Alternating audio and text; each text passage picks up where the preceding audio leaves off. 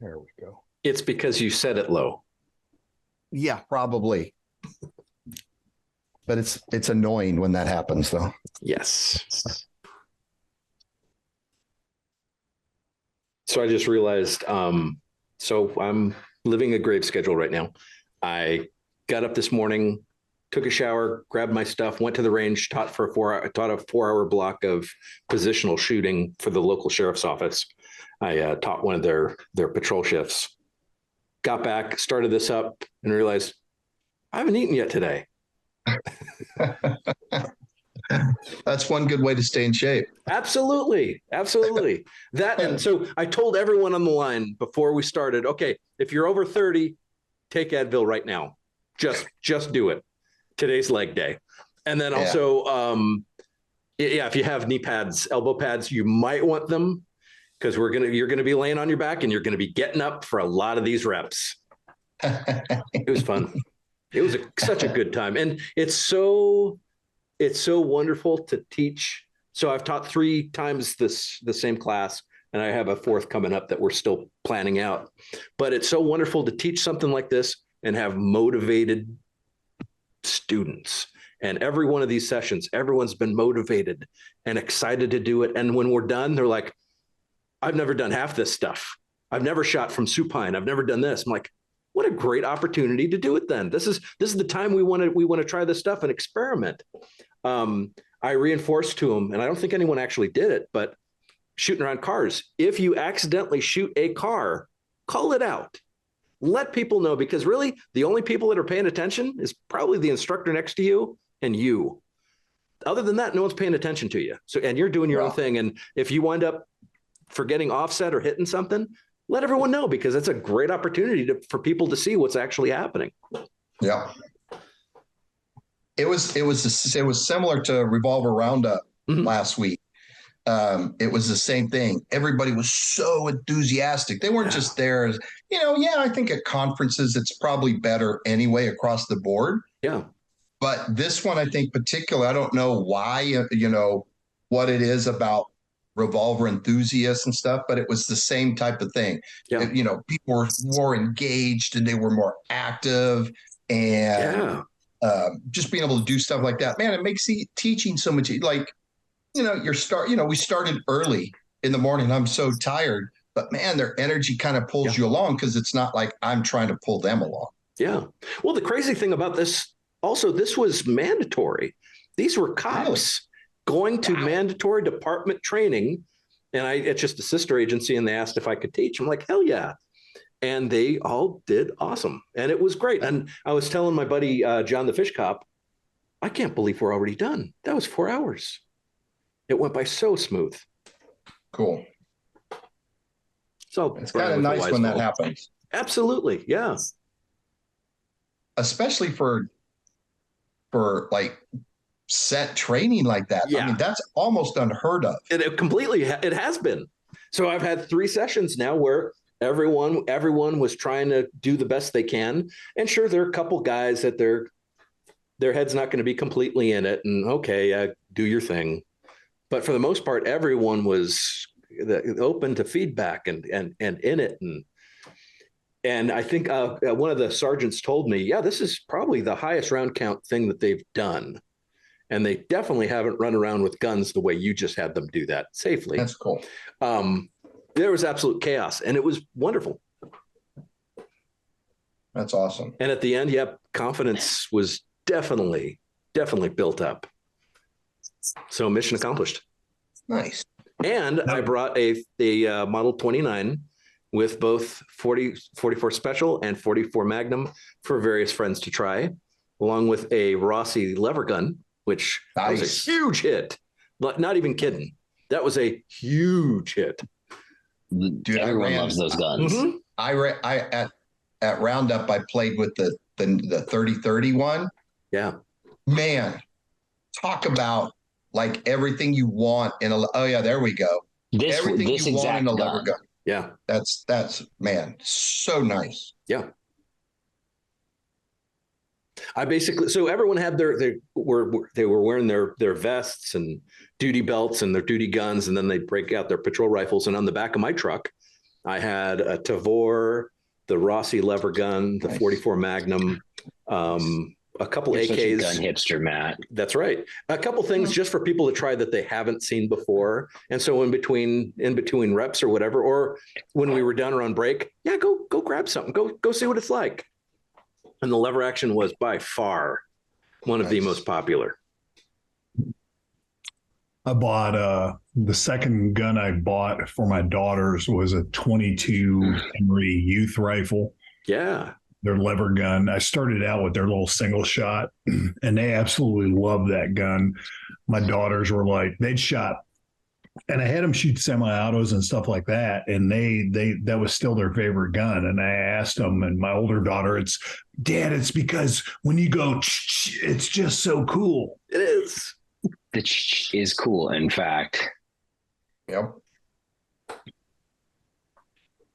Yeah, you're finding out, Matt, what I was playing around with around 2006 when I took over the program at my old job was if you throw not the same old bullshit at people, make it, you can make education entertaining, give them some challenges, give them things that they think are job applicable, and they're a lot more excited to do it. Oh, man. Well, forever I've brought extra stuff and tried to make stuff interesting, but rarely were people interested. And the sheriff's office, something about, they have this thing with their training where everyone is all in. It's just awesome. I just got a chat from BrYan with a Y. Yes. I thought your podcast card got pulled, and you were on a tight leash. She's still at dinner with her friend, so we have limited time. I thought you were on vacation. I was on vacation until yesterday. Yesterday was 2 minutes ago. Yeah, yesterday. Wait, is it Tuesday or is it Wednesday? All day Tuesday. It better be Tuesday. I work on Wednesday. Yeah, I was on vacation until yesterday. That was my last day of vacation, and now I am back in the saddle.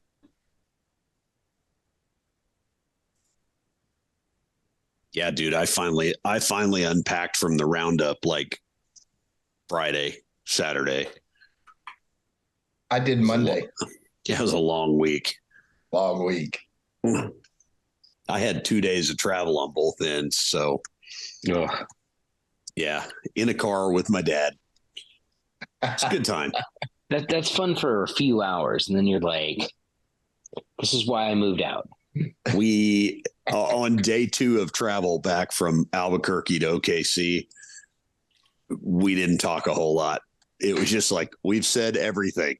Everything has been discussed. So it was still good. I mean, it was a great trip, absolute great trip. So he had a riot. He was really, and he'd never seen me teach. So that was kind of a cool thing, you know, cool. Like if your old man's going to watch you teach, why not be at gun sight? Right. Like it's kind of cool. It was a cool thing. So I was impressed he learned anything in my class. He's been doing wheel gun stuff for a long time. And he told me, he goes, I picked up something from everybody.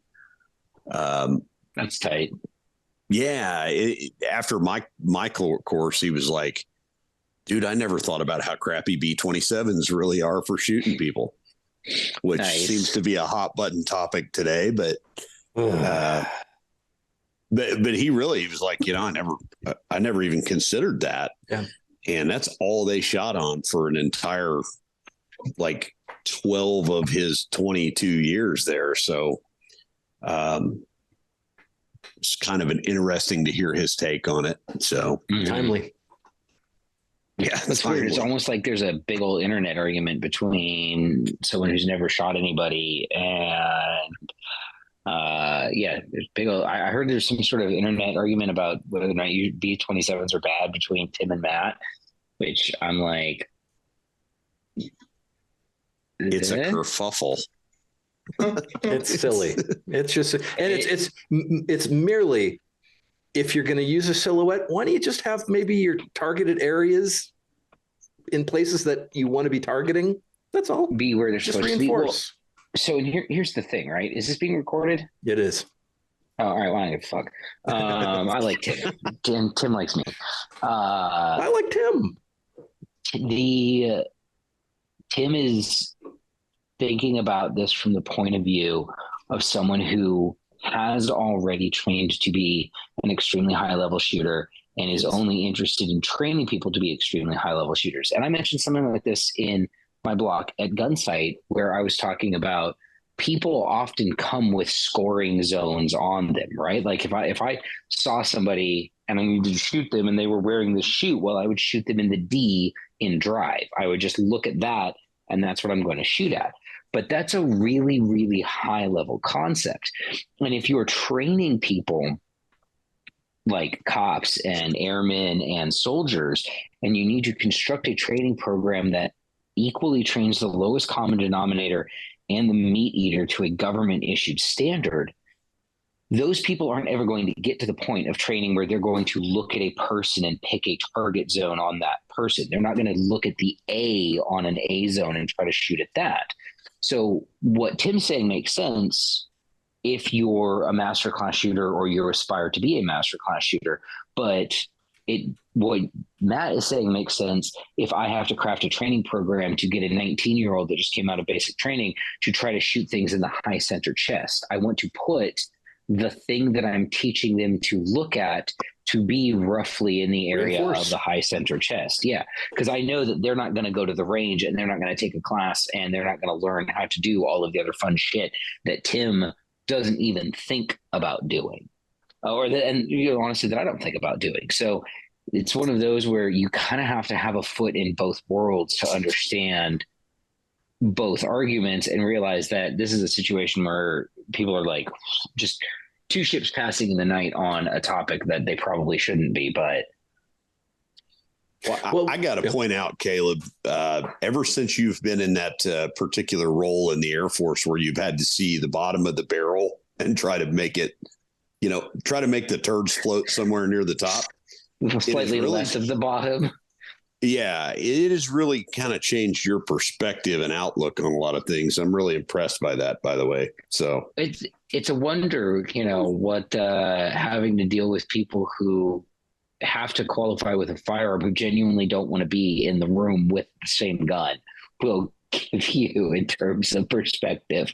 Also I have a crippling drinking problem at this point, but well, also, if we consider the lowest common denominator who don't understand ballistics, don't understand that maybe spreading around shots isn't a good idea, they don't understand what pistols actually do, maybe it's good to just continually reinforce that idea, upper thoracic. And I'm not going to say it every time someone presses the trigger, but that target can help reinforce that. Yeah. Well, that's why, that's why I agree with the general idea that if I'm constructing a training course for law enforcement or military or something like that, the target that I'm going to have them do the majority of their shooting on will, if it is an anatomical target, it will have scoring zones in the anatomical zone. Like it will the Air Force target, and I use this as an example, it's not perfect. All right. But it's got a 10-inch high center chest zone, which is actually high center chest. And it's got a 6-inch head box, which is about kind of the difference between where those would be. So it at least gets people in the right direction. Now, to Tim's point, I wish that everyone had, they're far away, but those KSTG targets not KSTG, PD, what's the new one? The new shooting sport, PCSL. Yeah. The PCSL targets, the PCSL league targets are the best targets I've ever seen in terms of like where they put the scoring zones and about how big they are in terms of a person. And sure, I want everybody to do that and pick little tiny A zones to shoot. But BrYan, to your point, what it did was it made me a realist in that I realized that if people in the actual military who signed up to deploy and defend their country don't want to train with firearms, there are going to be even more people in, regular earth people walking around who want to get a gun for protection and have no interest in having it other than, well, I have this now. I'm protected. Yeah. And I'm confident everyone on this panel, we can put a blank silhouette and everyone's going to be shooting high thoracic. Yeah. Everyone on this panel is not the people that we necessarily always work with. Yeah.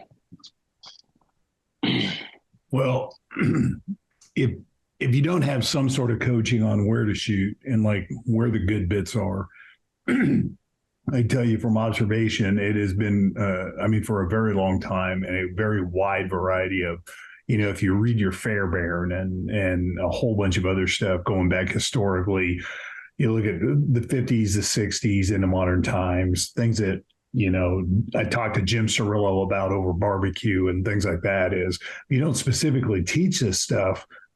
You can't assume that they're going to know it, just know it through osmosis. A lot of people still think the classic, you got the Valentine heart on the left side of your chest. People still think that unless you point out that no, that's not exactly how it works. And if you don't coach him on that anatomy and then what the outer, markers of that are, then they're not going to know. And it is a default to shoot for the middle of the biggest part of the thing. And that tends to be right in the giblets. And when you shoot people below the diaphragm, it just doesn't work that well. Yeah. And I'm sure we've all taught people that we've told upper thoracic, and they're presented some silhouette and shots are low. It's like, dude, bring your shots up. Mm-hmm. I actually had one of my dudes, because we had standard Mossberg 590s with the ghost rings. And when I would make people do night shoots, and not everybody back then had night sights. Eventually everybody had tritium under gun. And that was well before, weapon mounted lights was like a real popular thing the way it is now. But at any rate, one of the things I coach people on is it was common to look over the sights in the dark and then to shoot low. That was a super common thing.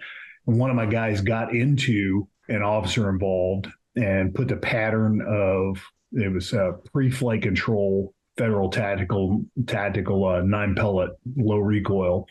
His pattern was between the guy's upper thighs and his belly button.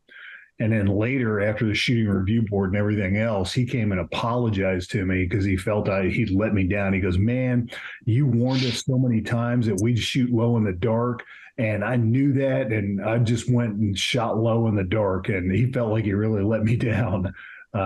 But that's a thing. That's a thing. And unless you specifically train people to not do like the natural thing, that's what they're going to do. Yeah. And Tim is absolutely right with the people that he is teaching. Absolutely. It just doesn't work with the people I'm teaching. I'll also point out that Tim isn't like most of what he is shooting. And I know Tim, he's a legit GM. Yeah. Shoots USPSA targets but he knows exactly where an A zone is looking at a USPSA target, and it lines up with the head and et cetera. So he's got markers. And then when you're shooting at B8s or whatever, you have a mark to shoot at. But in low light, when you got a guy wearing a black hoodie, you don't have any of that shit. So if you don't coach people to shoot a little bit high because you don't have a mark to go off of, then that part of what he's saying is disingenuous because he hasn't really examined exactly what he's doing as far as target doesn't matter, because it does. Well, I can the whole sum up the B-27 for you. I hold an NRA distinguished revolver badge. Yippee, 2 cups of coffee later, whatever. But it's a pretty small club in the grand scheme of things. And I wish they would completely eliminate the B-27 in just outright. I made a lot of accolades on B-27s, but they are absolutely trash for shooting at human beings.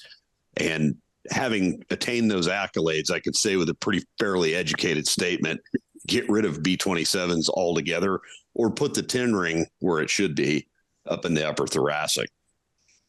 So well, that's my BrYan, 2 cents on it.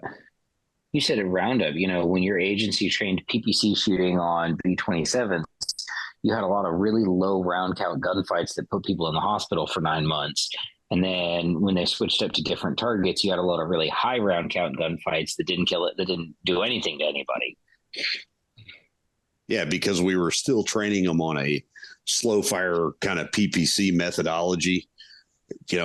Lighten your grip up so you don't disturb the sights and stuff like that. And the target that Vince O'Neill and them settled on was actually pretty good, but they didn't incentivize the upper thoracic as a higher scoring zone. That got smashed in committee. So, but they compressed the time standards, and they kind of upped the amount of shots per string. So it ended up being just this collision of, you had people that were in slow fire target mode and had been trained that way, and in generations of instructor cadre trained to train people that way. And then you smash that into, okay, now we've got compressed time standards. We've got a few more rounds in those compressed time standards. And it was a train wreck, and it's still pretty well a train wreck. Man, we had the first 7 years I was on the officer involved shootings, I was privy to. They were 5 and 6 round shootings, and everybody was shot in, like Chuck said, the giblets, or the Dobbsism, shot in the goodles, right? Like, and sometimes those people didn't stop doing what they were doing to get themselves shot in the first place. So it took a pretty lengthy amount of time before they would either decide it hurt bad enough to stop, or something just physically incapacitated them enough to fall down. So I've seen firsthand that's a bad plan, especially in an organization, to train people on B-27s. And, after years of shooting PPC and launching ammo through B-27s, I would discourage anybody from training on them at this point. Well, unless you're going to paste the B8 over the top of it. Yeah. What's interesting, and I like Tim. Tim's a friend. I think he's an excellent instructor. I think it's a lot of what Caleb said. It's a lot of people talking like crossways at each other, coming from a slightly different perspective. And I think from Tim's perspective, he's correct. Right? Doesn't matter. Targets don't matter. Where if you're a high level shooter, you put the bullets where they're supposed to go, and you understand where they're supposed to go. I mean, I'd make the same argument from a jiu-jitsu perspective. Just so you shoot people in jiu-jitsu? Well, I'd like to sometimes, but it's not technique in jiu-jitsu. It's physical movement and actions, position, pressure, posture. It's these little things. So I don't think about doing this technique. I think about all these other things, and then the technique's there. But from somebody who's brand new, I can't teach that to the person who's never done jiu-jitsu before, because they're not going to understand that. So I have to start at a very simplistic place, and I have to understand how they think. It's not how I think. Yeah. Eventually, if I'm a good instructor, I'm going to get them to the way I think, but it's going to take time. And then the one thing I think about with the B-27, if it's okay, if a target's a target, then why does every single shooting sport and activity and instructor, people don't use the B-27? Everybody comes up with their own. Why does USPSA use theirs? Why did Cooper come up with the different target? Why did, every single organization come up with 100,000 different targets if the B-27 does if a target's a target? Well, it's not. For most people, there are some advantages, and you could make the argument there's advantages to doing different targets. Like I shoot B8s. Heck yeah. B8s is great. B8s is a great, unforgiving thing. But I'll shoot, an IDPA target, and then I'll shoot the bottle Q target, and then I'll shoot this, whatever. It's just a bunch of different stuff. So just saying a target's a target is not quite true, because then everybody would, there wouldn't have been this mass exodus at some point in the, whatever, 60s, 70s to go, we need a better, why did they say we need a better target if it did everything they needed? And these are guys who shot people. It's not like Cooper never killed anybody or any of the guys who did that. They all shot people and they're like, oh, we got to come up with a better target. So, I mean, I understand the some of the points, but well, and also it's not one thing. Yeah, targets are just a little tiny facet of the whole thing. My lessons plan is so much more important than the target. Yeah. But I'm using the target that I think is going to help reinforce the points. Yeah. I will say this about B-27s is that most of my hatred for them goes away if you just use a B-27 repair center, because then it's just a bullseye with really actually fairly challenging accuracy standard. Which that's what we set up at the roundup is I bring a bunch of repair centers because I can put those on the gun sight option target high enough that you can make that scoring area, with the shoulders and everything of the option target, you can put that scoring area pretty well high thoracic. Or you could do what I did when I hung all of them and actually hang them at like a normal level, because on the range we were at Gunsight, I was fucking shooting uphill for the entire weekend. There was that. At if you've never been York Range on Gunsight where BrYan and I taught, it's in a very slightly downhill slope. And I mean, it's very, very minor. But the targets are already elevated because they're on turning stands, right? So like the normal target, it's like me getting to a gunfight with a guy who's like 6'3". So like I'm already aiming uphill as is, and then you add into the very slight slope that it's on, and I'm like, oh, this is what David felt like. Okay, because I feel like I'm literally like leaning back and shooting up as high as I can. So when I finally got around to hanging some targets, I hung them at like below my chin level because I'm tired of drawing the gun into a high eye presentation. Well, I know Chuck could probably speak on some of the history with B-27s, where it originated from with the Colt monitor target, right? Or I think it was called the Colt monitor target. And the original target was just a black silhouette. You ever see, the silhouette I'm talking about? And you could tell it's a guy with a suit and he's got one elbow cocked out. It's Nate. Nate's doing it right now. He is actually in a suit with one elbow cocked out, like the old NYPD qual target. Yeah, except I'm giving somebody Forrest Whitaker eye probably because of my extreme lack of ability to dress well. So I do apologize for that. No, I like that you're in a suit surrounded by Tupperware totes with what appears to be old paper plates nailed to the wall behind you. Paper plates. I don't know about the paper plates, but yeah, this is our guest room and we just barely moved. So. Okay. It looks like one of those doily curtains. That's probably what. Oh yeah. We're renting a place, living in a basement for a little bit. So. Going back to something that when I was talking about the shotgun and the low hits, it's the same thing as we go to a carbine course and first thing we preach is when the height over bore of the eye, and people either get them in dynamic training or real shooting, and they stitch the hood of the car, they stitch the wall in front of them, whatever. I mean, the exact same problem.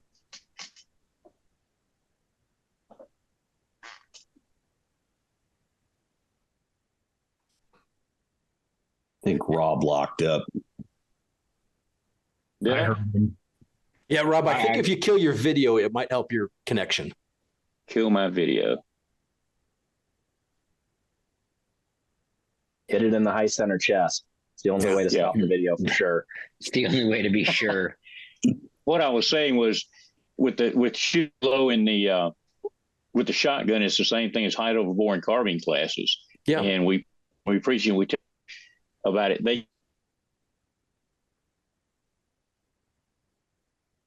Again. And they forget about it under stress. Rob, I think there's some issues with your internets. Well, he's in Georgia, north of where POTUS is visiting, so they're sucking up all of the internets for the POTUS visit. That could very well be. Put another quarter in the machine. Mm-hmm. Yeah. Well, I just disconnected and tried to go save. Anyway, y'all continue on. Don't let me keep you. Well, I think he was trying to say that the issue is you can tell people to do stuff until you really ingrain it, like with height over bore, and then people shooting intermediate bearers because they forget their offset with a carbine. Yeah. How often you can talk about it and then they go do it anyway. That's something you really got to ingrain into people. Absolutely. So I just taught a positional shooting class with vehicles. Ultimately, last week, one of my buddies accidentally put some rounds into a car, and he totally owned it. And he said, yeah, you talked about offset. We discussed offset before we started shooting. This is what I did. Beginning of this, that was 2 weeks ago. Last week, started the same lecture. Okay, guys, be aware of your muzzle, be aware of your lights and all and your sights. Offset's important. Look at the holes right here. This is what happened because someone wasn't paying attention. And sure enough, someone started shooting again, and me reminding them about offset didn't do it. Them shooting the car reminded them about offset. So some people just aren't going to get it until they experience it, and hopefully they don't do it again. Some people have to kick the electric fence. Yeah. I have a great offset story that involved an M203 and a paint marking round. And when you used to qualify with the M203, you would shoot it, standing, kneeling open, kneeling behind cover, through a window, through a door. I mean, there was a whole series, and it was like a 10-round qual course. And we had it set up to where you went through each stage under time. And just as kind of a team building exercise, and this young kid, he gets down behind the wall and lays the barrel of his M16 on the wall. It's an M16A2, and I'll never forget because we were chugging to just stop. And he reaches up and whomp, and just disappears in this orange cloud where that thing hit just about 2 inches off the muzzle and just didn't hurt anybody. It didn't even hurt the gun, but that stuff is really hard to get out of clothing, that marking chalk that they put in this. The Cheeto rounds are the worst. It was horrible. I have also seen that on many an occasion. I saw it once with HEDP round, which was super exciting. He didn't hit the barrier, but this kid did not understand that when you load the HEDP, you need to have your muzzle elevated. And so he puts the HEDP into the tube, has his finger on the trigger, and I'm watching this happen in slow motion. And I'm literally like, stop what you're doing, slams the thing shut. The sympathetic response causes him to bump the trigger. The round goes boom and lands about 6 meters in the dirt in front of us. And I go, oh, God, it didn't have enough rotations to arm. Oh, fuck, it didn't have enough rotations to arm. Now I got to call EOD. Yeah. Fuck. Yeah. So let's talk about revolvers. Okay. Are we actually going to start the show? Yeah. This is the earliest we've started. This was a fun discussion. Okay, so I'm just going to jump right into it. 364? Yeah. Revolvers don't have as much offset. This is true. Well, unless it's a Rhino. But you haven't shot one of those, you've missed an experience. They shoot really nice. Oh. Until they fall apart. That's what I hear. They're like mopeds, and I won't leave, I won't talk about the other one, but yeah. I guess I'll go. Hey everyone, Matt Landfair here with Primary and Secondary. Welcome to ModCast. Today's date is November 28th, 2023. We are almost done with the year. We are quickly approaching the next. How exciting is that? Today's episode is 364, I believe. We're going to be talking about revolvers again. We had this great list of topics to discuss the last episode, and we couldn't get through them all. So we're going to continue that discussion. Wonderful panel to discuss such things. Very experienced panel. These guys know the revolvers. I'm going to just enjoy this. My background's in law enforcement, been doing the cop thing since last century. I enjoy revolvers. They're cool. I didn't always. Shotguns and revolvers were things I didn't understand, so I thought they were dumb until I gave them a chance, and now I kind of like them a little. They're cool. There's a niche for them. And if you haven't given them enough attention, you probably aren't going to appreciate them. I highly recommend, hey, if you can get like a nice Taurus 856 or an old used Model 10, at least have a 38 just to have. Great for dry practice. Let's just do some quick backgrounds and we'll jump into it. Cecil, what do you have for us? No cool guy background, just a average dude who tries to stumble through life, and somehow people ask me questions. I have no idea why. I think that's all of us. And make sure you guys are, and I'm going to go back to Cecil, make sure you plug whatever you want to plug. Make sure you're paying attention. This goes out to the listeners. Make sure you're supporting those sources that you have found to be beneficial as these guys are talking. Find out who they are, who they represent, all that good stuff. Find them on social media, because algorithms are not working in our favor. And it requires your assistance, you, the listener or viewer, to help provide those shares, those likes, those subscriptions, because the systems that we're working aren't going to do that for us. So if you really like what you hear today, make sure you're sharing it. If you like what these guys have to say, a lot of these guys have Patreon. You may want to find them and take advantage of that, because there's additional content from these guys. So Cecil, where can people find you online? Two places. www.iacombatives.com. That's my traveling gig, basically. And then if you want to know about my non-traveling gig, that's GJJNPHX, Gracie Jiu-Jitsu North Phoenix. That's cool. Easiest way to remember it. So I got either website, Google page, just depending on if you're in Phoenix or coming through Phoenix, or if you're looking to see me travel, which I'm not going to do as much this from now on. Gotcha. I'm going to do about half what I used to do. I'm old and I don't recover the way I used to, and I can't do the trips that I used to do. I can't. I just did a run from August to this weekend where it was just nonstop, and I can't do that. And before I needed it because that's what kept me sane when I was doing the white collar, gig. Now that I've left that behind and I'm living on the mat 6 days a week, I don't quite need the sanity check. So I still love to teach and travel, but I'm going to do it at a pace where I don't fall apart by the end of the year. Good deal. BrYan with a Y. Yeah. Let's see. BrYan with a Y, retired cop, former Army dude, 2 decades ago. Let's see. I've got now the current project involves Daryl D.B. Bulkey and I are doing Patreon, the American Fighting Revolver. So that was a project we launched just recently. I still do the off-duty, on-duty podcast on occasion.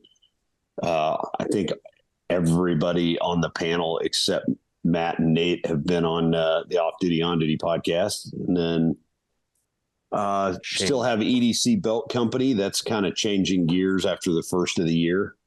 So, edcbeltco.com, and then Patreon, the American Fighting Revolver. And we have a YouTube channel where we're putting out some free content that is at AF Revolver 357 or AFR Official. So a lot of fun. It's Daryl and I, and we kind of travel a lot together. So it's been a real fun project. So more coming on that. And I reached out to Daryl for this, and I told him, how dare you? He's traveling right now. How dare you miss this podcast? How dare you have a life? Exactly. He's actually traveling to my place here in the next day and a half. So tell him how dare you. Yeah, I'll make sure to pass on my regards. Nate? When I grow up, I aspire to someday make it to the kids' table. So that's all I've got. That's good. And Nate's been on all kinds of primary and secondary stuff. He assisted with with some of our gel shoots. Yeah, that's what they're called. He was with us with the Dugan Ashley stuff. He's a regular. He can be found somewhere. Rob? Rob Garrett, until day before yesterday, I was a contributor to Athlon Publications, which was Combat Handguns, Tactical Life, Ballistic Best of Guns of the Old West. Been doing the writing thing since '84. Did the police thing with Columbus, Georgia PD from '78 to '16. During that time, for a period of time, I was in charge of a training unit for about 410 officers. So I've had to fight the large institution pushback on trying to be progressive. And since retirement, still writing a little bit, Right for Guns America. As far as a plug, I'll push the Facebook group Snub Nor. Michael Bethencourt started that, and I was kind of early in on the ground level. We now have almost 33,000 members and a lot of good content. There's some foolery every now and then, but I will tell you that we try hard to keep it civil. You want to get on there and you want to snipe and you want to conduct yourselves in the way some groups conduct themselves, you're going to get, blocked, suspended, or just taken out of the group. So we try to keep it civil, gentlemanly, and just have a good time and share information. Cool. Caleb. Hi, guys. I'm Caleb Giddings. I'm the general manager of marketing for Taurus USA. You can find me online at facebook.com/Caleb Shooting or on Instagram at Radicaleb. That's RADICALEB. It's a portmanteau. You take the word radical, you take the word Caleb, you mash them up, and that's how you get my Instagram handle. I am also in the revolver world, an IDPA masterclass shooter in revolver division and a couple other divisions. I am an I-Corps Classic Division Masterclass shooter, which is not an easy thing to do, and there's not a lot of us out there. And then every now and then I fart around with the guns that don't have cylinders and feed rounds from the bottom, and I somehow, as if by accident and pure luck, ended up with fast coin number 18, as well as Matt Little's skill card patch number 17. And, just a little bit of that, a little bit of this. I like to shoot every now and then. I think that about, and also I'm in the Air Force Reserve as a combat arms instructor, which is the coolest job title I have, except all I really do is teach disinterested pilots and medics to not shoot themselves in the legs with their M18s, a job that has been significantly complicated by the transition to the M18 from the M9. That's not an M18 knock. That's not like SIG bashing. It's just I have essentially a single action striker fired gun now. And boy, I tell you what, people like to put their fingers on triggers when they're not supposed to. That is their favorite place to put their finger. Oh, what's this? So anyway, that's me. And there's some YouTube videos about you, some like hour-long ones. One or two. There's one or two. If you go on YouTube and search for Mr. Revolver, that's me. And you can also search for me by name and find some people who really are upset that I exist, which is true. Fine. And on Top Shot. And there was that too. And something to do with some company down in Bainbridge, Georgia, right? That would be Taurus USA. Yeah, I got that out at the top of the opening when I was still doing radio voice. But yes, I am. I'm the GM of marketing for Taurus USA, and unlike a lot of marketing guys, I actually can shoot. And I will say that to other guys in marketing, and they'll be like, "You're right." So just as a side note, most of my department can shoot or hunt. Like they're all pretty good at it. So I'm like, this is fantastic.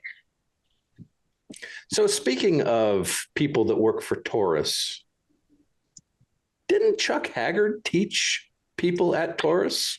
Yeah. And I'll let Chuck do his intro, but we bring high tier instructors down to do employee events, to do FAM events for our staff and stuff like that. Because and what's cool is my boss agrees with me that the best way to get, Jimmy Sales Dick to be able to sell a revolver to, the distributor, to the gun counter guy, is if Jimmy Sales Dick knows how the gun works and knows why the gun has advantages and what benefits there are. And I was like, well, we'll just fucking get Chuck to come teach this class because it's Chuck. And on that, since Chuck is over here relative to me screen, it's Chuck. So on my screen, you're right there. Oh, no, yeah. Caleb's orientation looked right for me. So, Chuck, what do you have for us? Well, this one time, Caleb got me a job where I taught for 3 days at Taurus. So I've got that going for me, which is nice. That I was actually impressed with that. One that there were. So I've done industry stuff with industry people, and I've done quite a bit of industry stuff with industry people and influencers and people with YouTubes and gun writers and things like that. And I've been really underwhelmed with their actual knowledge of firearms, or literally like how to shoot. Some of the gun writers and the influencers and people like that I've seen firsthand are actively unsafe with a gun, and like really low grade marksmen that if they had been in my police program, I would have immediately put them into, like, I don't know, remedial or something. But when I did that deal with Taurus, so I did that for 3 days. And what was that, Caleb? Some kind of national sales meeting, or like they bring everybody back to the mother. Yeah. And we bring in all of our sales reps from across the country, and we have, 3 days of like rah, like, here's the cool new stuff, and here are your bonus incentives and stuff like that. But we always try to incorporate an educational component. So last year we had like a red dot familiarization class, and because we had started really leaning into the optics ready models last year. So this year I was like, revolvers. So I recall talking to some of the people in class, and one of the ladies that was in class was customer service. Like if you call up, hey, I got a problem with my gun, she would be one of the people that was on the phone with you. She was in the class. And the fact that a company would pay to have salespeople actually know something about their guns, that their customer service lady in like warranties and returns and things like that, have them in an actual firearms class to know how effectively you run these guns, and that they have some familiarity with the gear, is something I've literally never seen in the industry before, and from any other maker. So I thought that was a fun experience. I have been, as you know, Matt, I talked about how 35 years ago I would, so one of my claims to fame is I'm one of the few people that I know has ever attended Army Basic and AIT twice for the same MOS. That's a long, stupid story, but anyway, my first time out of basic, when I had money burning a hole in my pocket, I bought a Ruger Security 6 357 Magnum. It ended up being my first duty gun when I became a cop. And the second time I got out of basic and AIT, I really wanted to buy a Beretta, but I couldn't afford one, so I bought a Taurus PT 99 AF. And thousands of other people.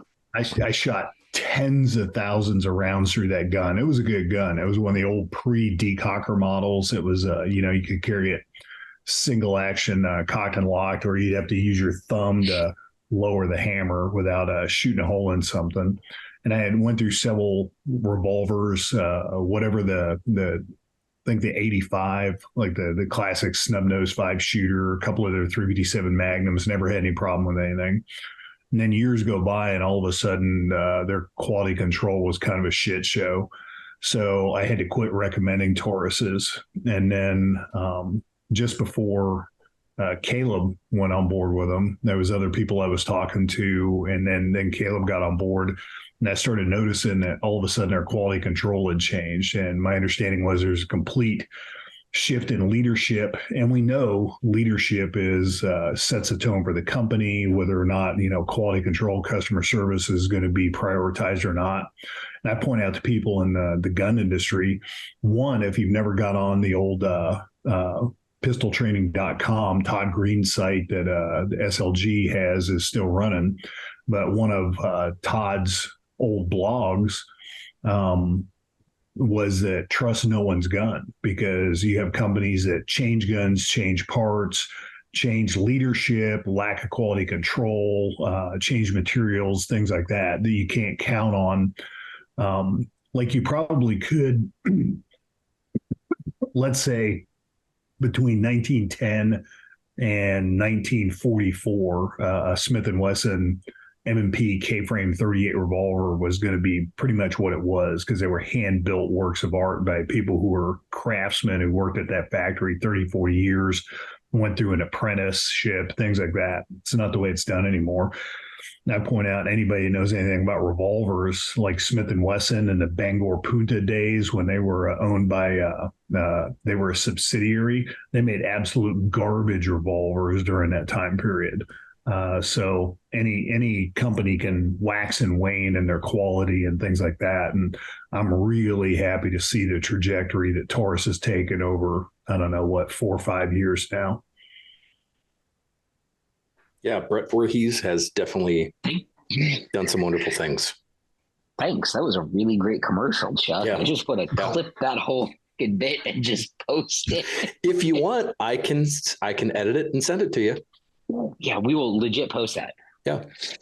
So anyway, one of the when we're talking, since we're supposed to allegedly be talking about snubs tonight, and it kind of depends on what your definition of a snub is. A lot of people will go 3-inch or lower, or 2.5-inch or lower. I think most people consider a Model 66, Model 19, 2.5-inch to be a snub-ish, kind of a cheater snub, because they got adjustable sights and, they shoot like a big gun.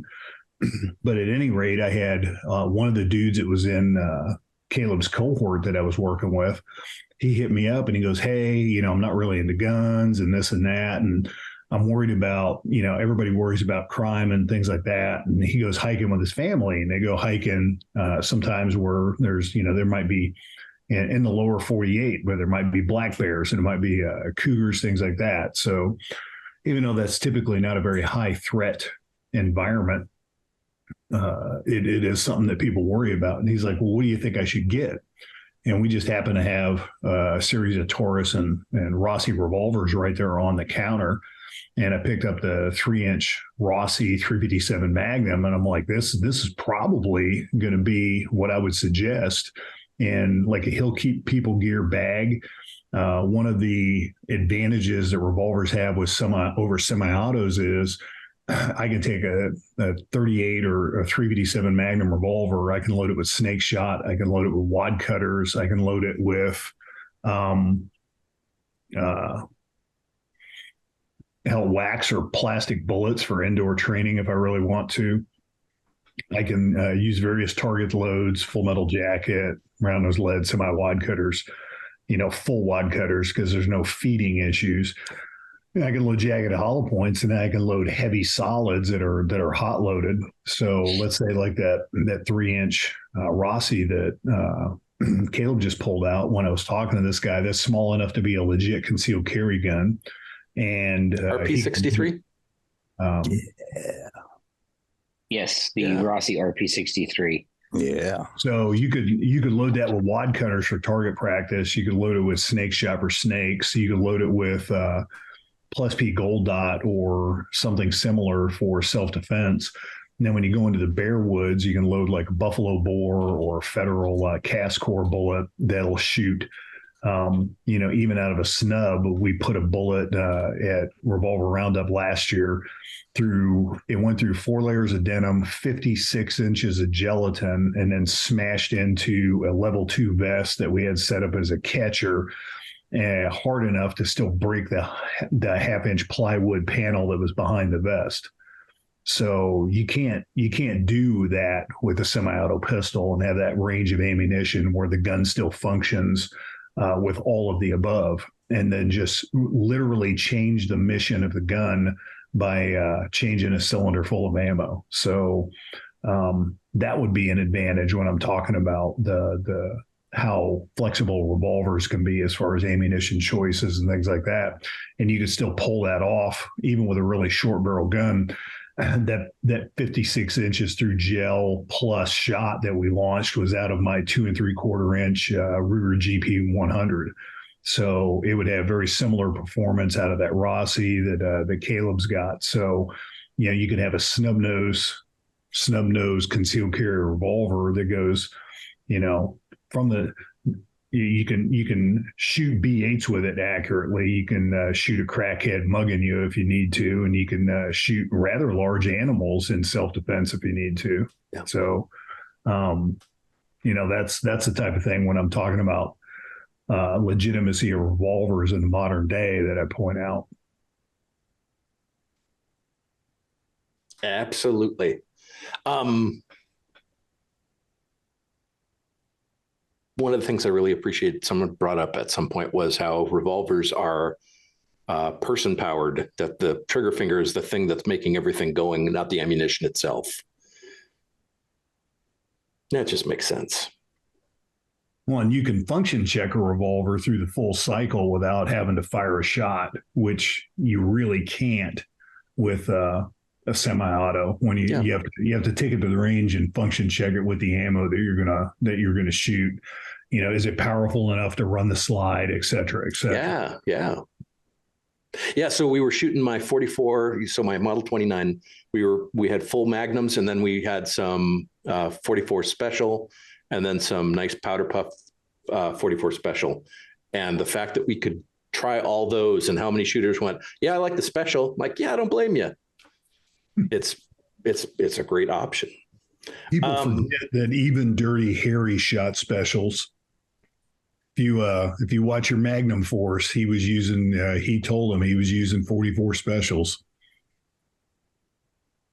Just a fun show. And in the authorized novels that took place after that, that was all part of Dirty Harry canon. He made it a point to say he shot 44 specials in the book. So people forget that. And not just any 44 special, a light special. So, right. Right. What special? Like a highly. So in Magnum Force, when he's talking to the fight cops, they ask him what he's shooting, and he goes, a light special load. Oh, okay. So Okay.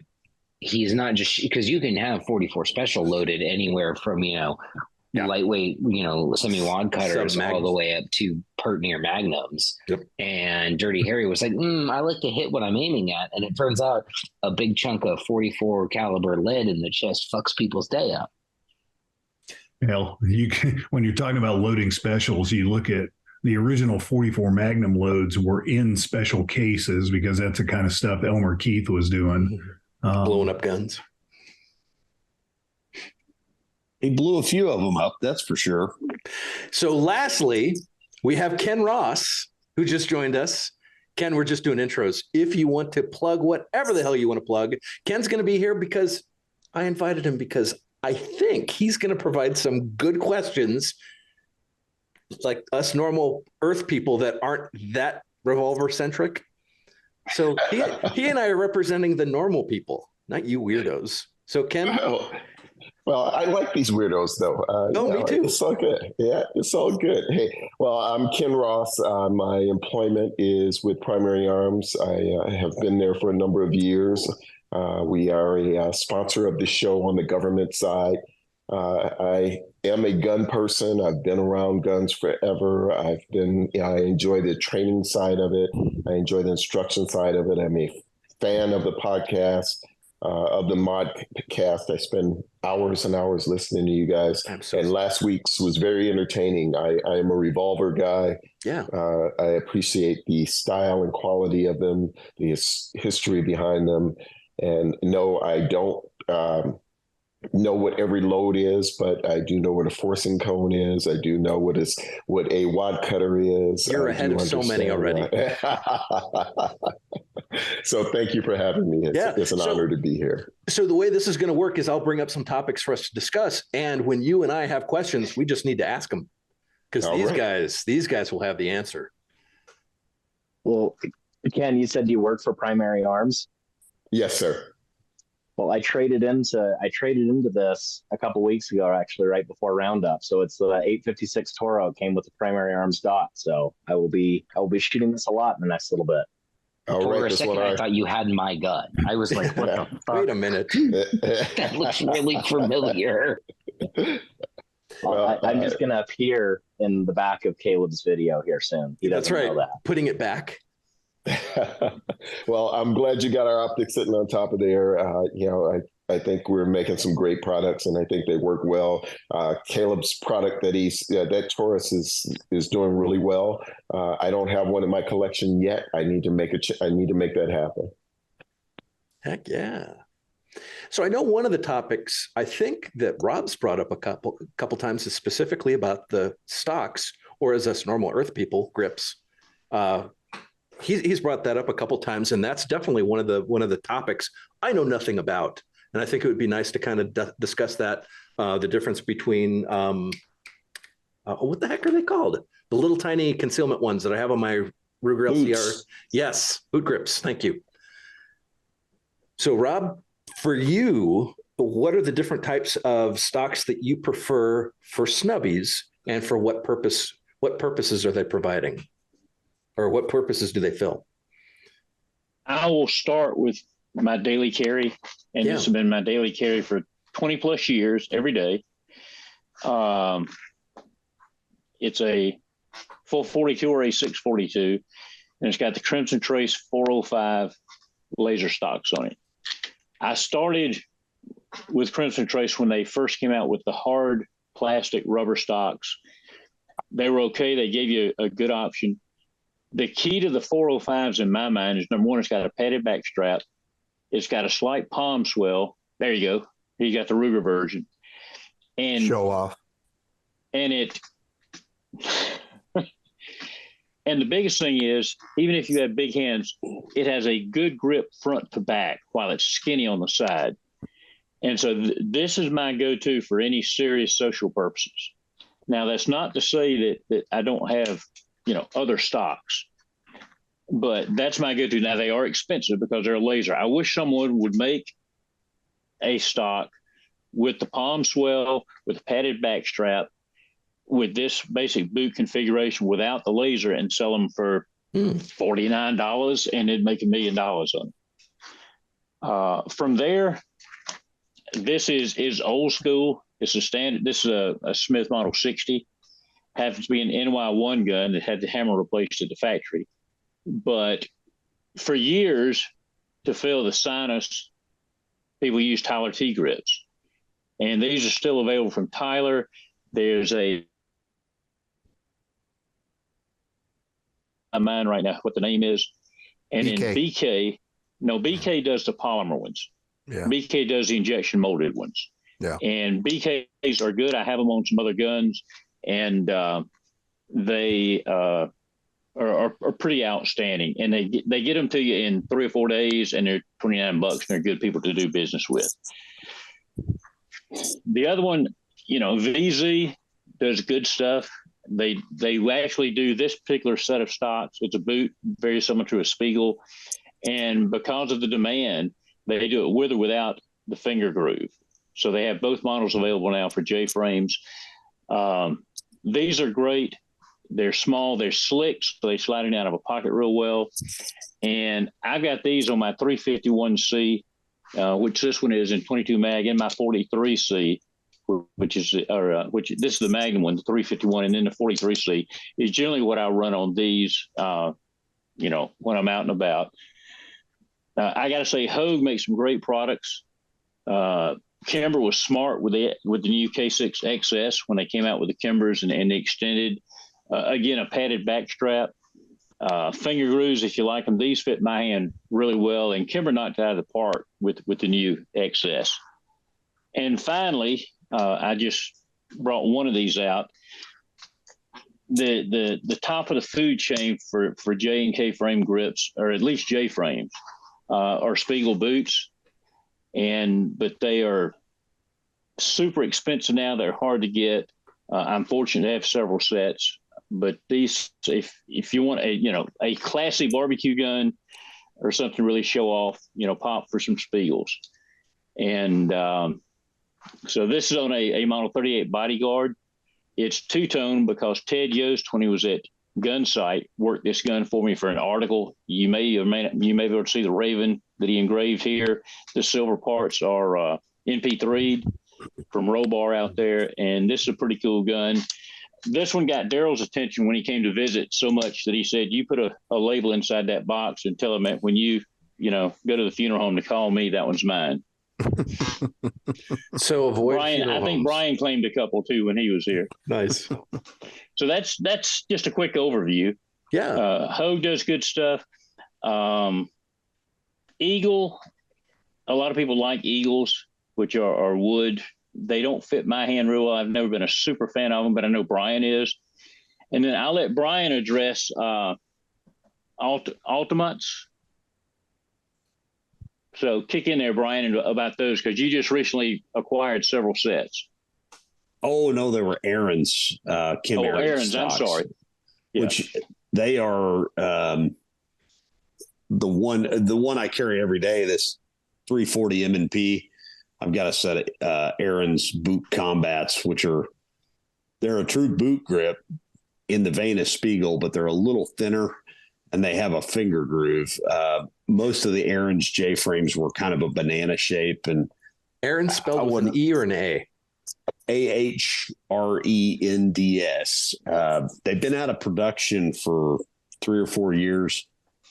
Kim Aaron's, the owner, went through some hardship, but and now, before they were kind of the budget to Spiegel, right? They were pretty well mail order commercially available, and now they've gotten a following, and they've gotten not as outlandishly expensive as Craig Spiegel stocks, but they're $250+ I just happened to stumble into a big batch of them and ended up with several K's and K's, J's, and N's.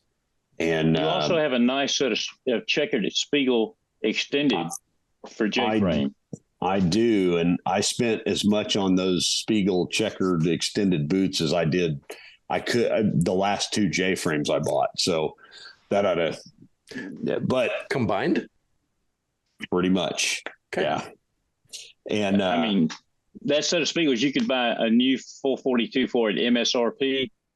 Yeah, for about and still put some Crimson Dre scripts on it. So, but my favorites, just for knock around, these are still around. They're the Spiegel, Uncle Mike's Spiegel design boots. They made them for K's with a closed backstrap, open backstrap that were really good.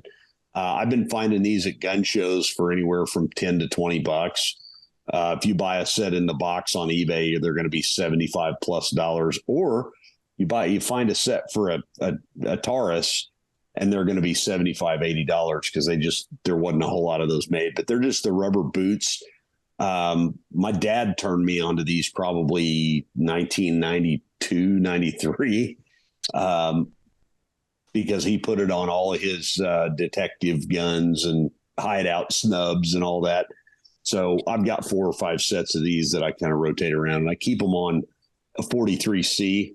I actually, got a 43C that works and shoots to the sights now.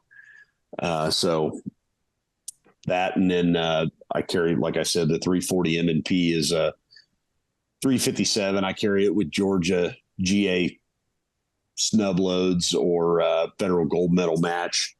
Pretty light recoiling 38s, and I'm really fond of the 340 M&P series for a modern gun. They tend to have pretty good triggers. They've got a good sight setup. They're a little cost prohibitive. They're in the $800-900 range, but they're a scandium gun with a steel cylinder, and they're actually not too terrible to shoot with wad cutters. So even the 135+P gold dots aren't too punishing out of that gun. They're not something you want to shoot all the time, but probably one of the best advantages I see to revolvers is the ability to tailor the stocks. Yeah. And, semi-autos, if you think about it, really the first interchangeable backstrap semi-auto was that was widely commercially accepted was the Springfield XD. And everybody followed suit immediately after that. So, and that's only been in the last 10, 15 years. So I got a question then. Like Matt said, I get to ask these questions.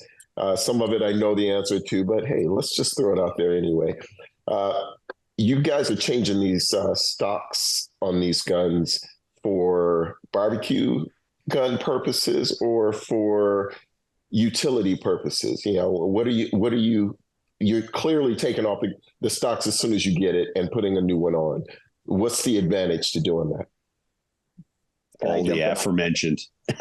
Yeah, to make gun better.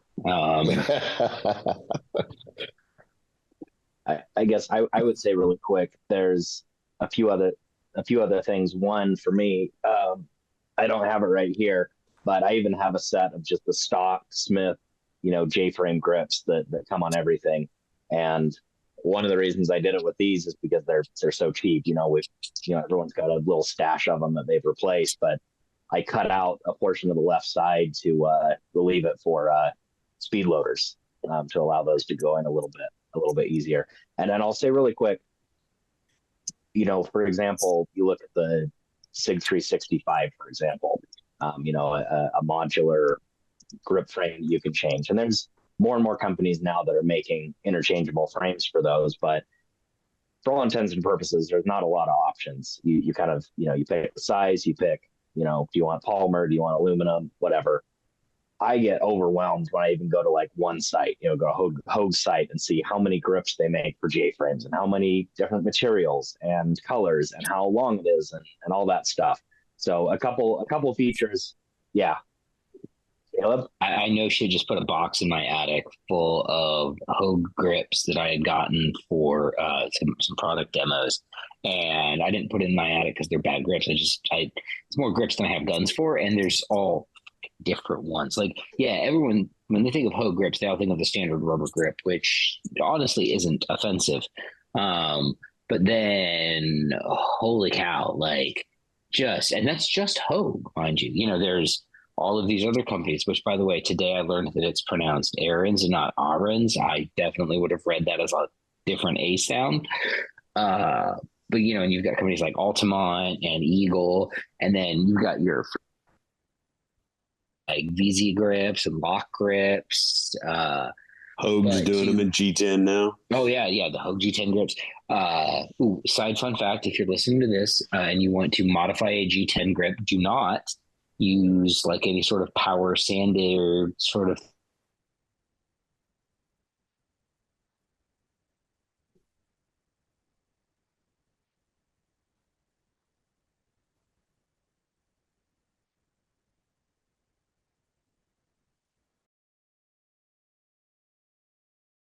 We're back. What did you do? I'm blaming BrYan for this because you had a really panicked. Kareem said BrYan was the host and recording was stopped. Yeah. Mm-hmm. I don't know what happened. You do? Well, as the host, I don't know, but everything just froze on my end, and I think I lost internet for a minute. But I'm back, exciting. And so are you, and so are you, and you, and you, and you, and you. So to get back to the question, when I do something like this, so I take my 856 Toro and I take the stock grips off because they don't allow me to get my full length, full firing grip on it. And then I take the Hoag rubber grips and then I wrap them in goon tape because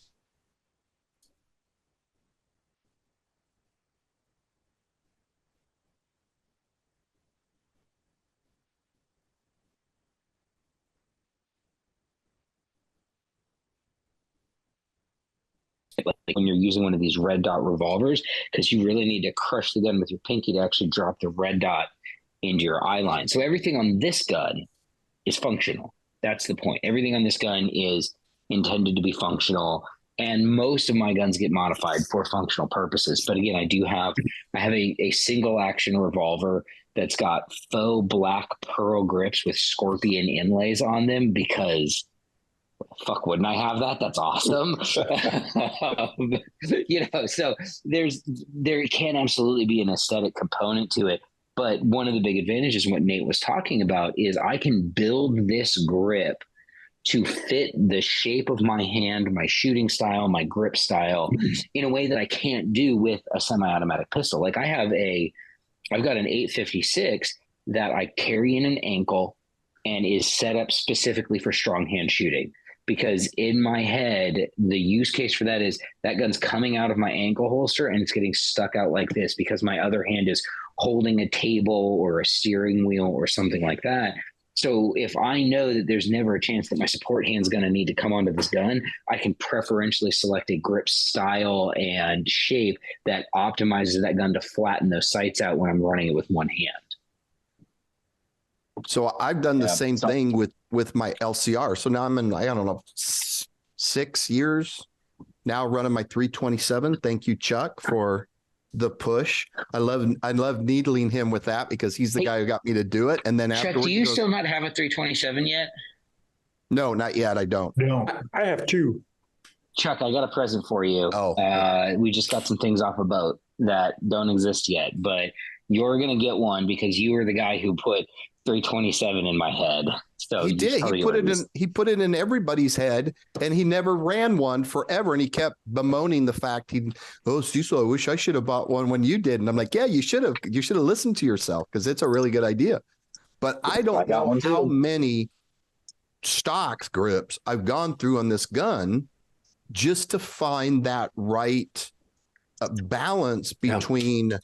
Because for me, the LCR. The LCR especially is, it's not going to be my barbecue gun, right? It's my carry, and it's functional. So I need that balance between the concealment that I need, maybe my pocket, maybe my ankle, maybe in a belt, whatever, but with shootability. So I've gone through so many just to find that one. I wish I could have found the Crimson Trace grips that's been out of production for way too long. I guess that's how Chuck's getting me back for running a 327 LCR because he throws those grips in my face. And I got a box just for my LCR alone. And I finally just ended up just in the last, I don't know now, a month or so with these Hammer Forge grips. And it's been what I wanted. It's just enough. I get almost a full firing grip. I can run it in my pocket, ankle, belt. It doesn't really matter. It's just tacky enough, just enough grit. So you get a good one, a good grip without sliding, but it's not overly aggressive. But man, and then it's got the little, I don't know, you can see the little clip on it. So I can shove it in my belt when I'm just taking the dogs out for a walk real quick or just running up to the grocery store or something like that. Hammer hook. And but again, it's like with revolvers, one of the things I love is finding what fits you, what you like, and your needs, and my grip, my hand is not shaped like BrYan's, or it's certainly not shaped like Caleb's or Chuck's. So we could all have the same gun and completely different grips for our needs, which is fantastic. Outside of, having to find the right one and wasting a lot of time and money until you do. But when you get that right one, it's like, bang, everything's on point. And it's just like, the heavens part and everything's great at that point. Yeah. Most people forget that, or never knew that there was actually companies back in the day before Al Gore invented the internet. You would mail order things. And there was a couple of companies where you would put your hand on a piece of back then typing paper, now copy paper, and you would trace your hand and mail that in with your check or money order. And they would send you stocks for your revolver that were custom made for your hand. So that level of, and especially some of the Ruger guns with the peg type instead of the full grip frame, you can customize a revolver stock grip to your hand in a way that you can't do with a semi-auto pistol. It's physically impossible. Yeah, Chuck, I was about to mention that. I just think it's interesting that, for example, on a 442 or any sort of Smith gun, you are a little bit more limited in kind of the leeway you can go.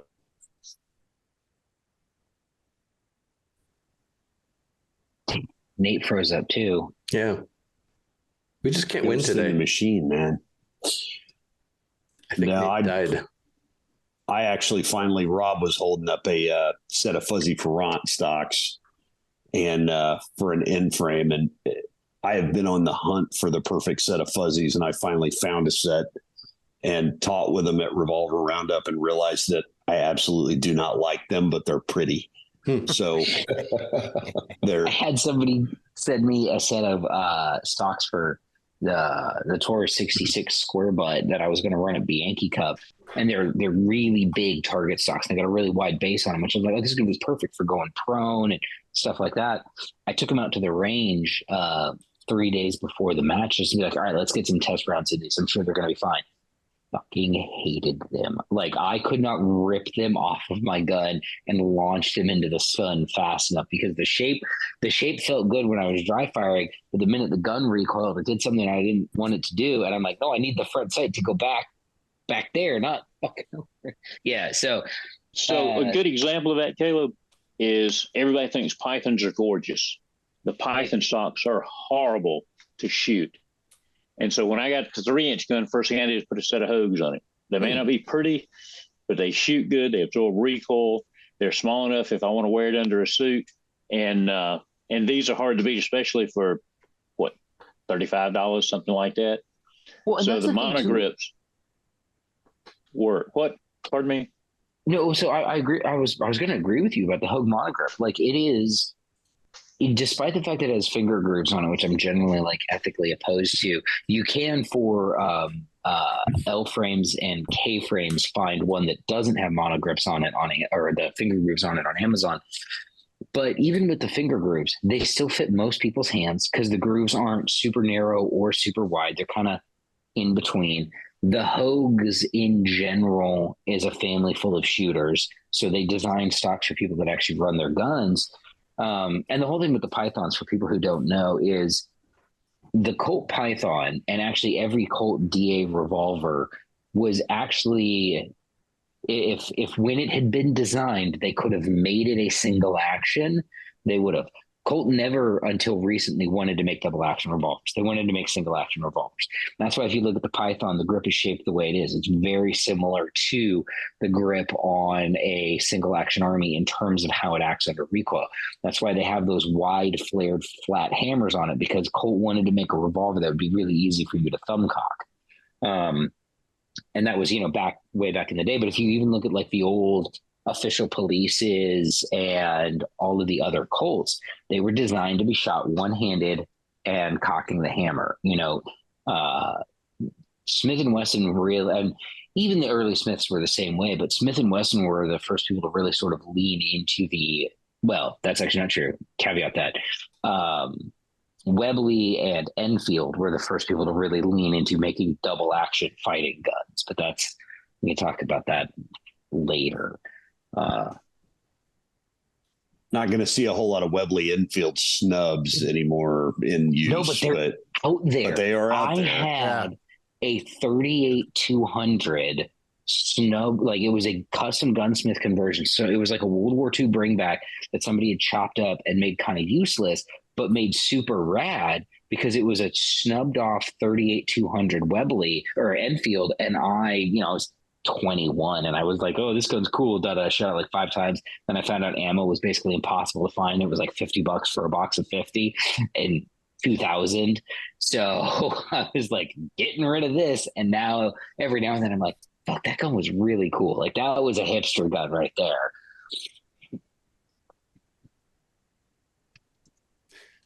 So Cecil, you carried a ton on the ankle, or you're a big ankle kind of guy. Yeah. What kind of groups or what kind of grips stocks are you using specifically for that? So with the 642, I settled on the sort of like the kind of generic copy boot grips, the semi-rubbery ones. So that's what was on my 642 for over 20 years before I shifted over, almost 20 years before I shifted over to the LCR. And then that was my problem with the LCR was Yeah, the grips that came on the gun, the really short ones, yeah, they were great for the ankle, but boy, they sucked for shooting. Mm-hmm. Even shooting 32 longs in them was not particularly enjoyable. So then that kind of, even more so than pocket carry, was sort of my push to find that one that just worked really well. I kind of got to a point where I was running, what the hell are they? Oh my God, the ones I just had on. Oh, I'm blanking out on which ones. They the Hogue boot grips. Yeah, what were I had to grind. Oh, the were they PGS? No.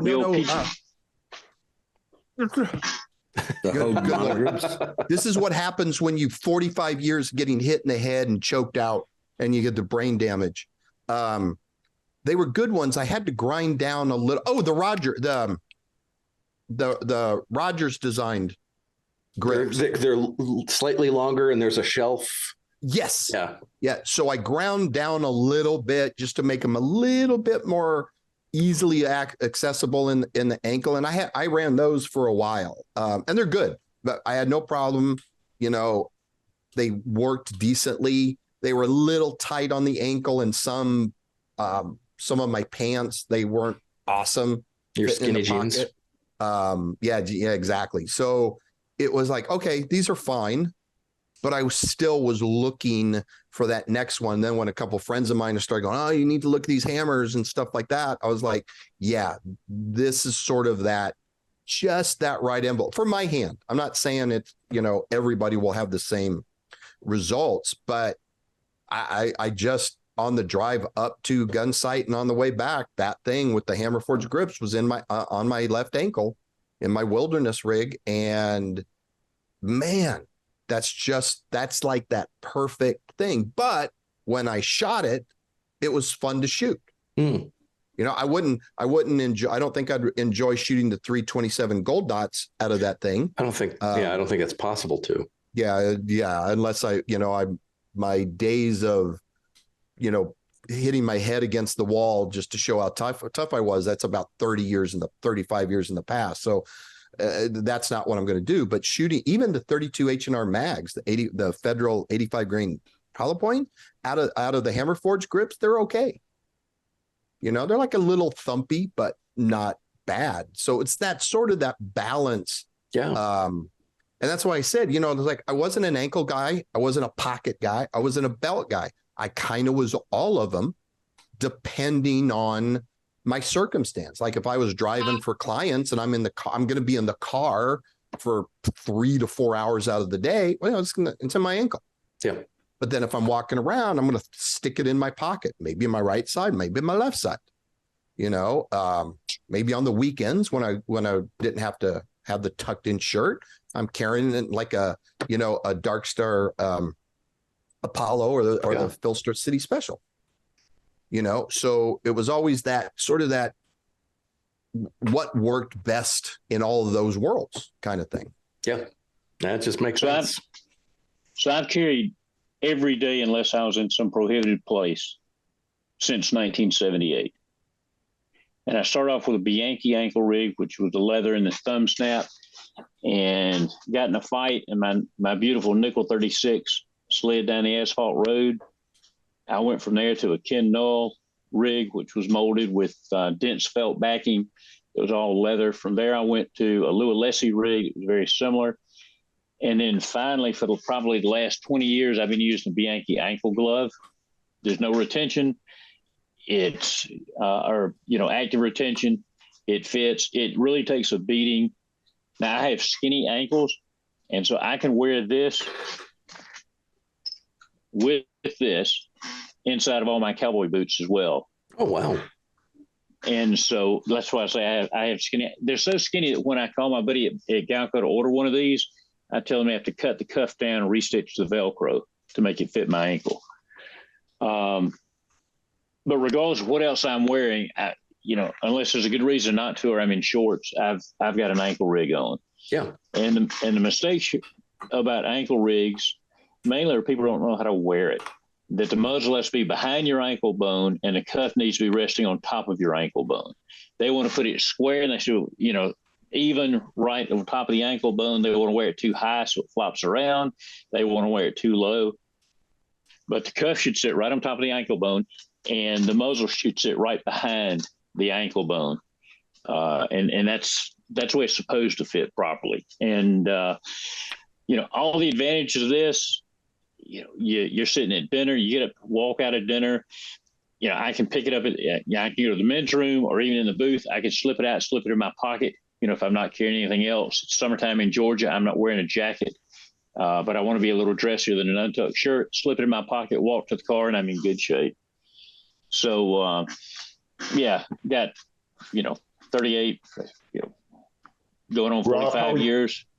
How are you getting those skinny jeans up to reach it though? With that ankle? I don't wear skinny jeans, buddy. I said I have skinny ankles, not skinny jeans. Skinny ankle jeans.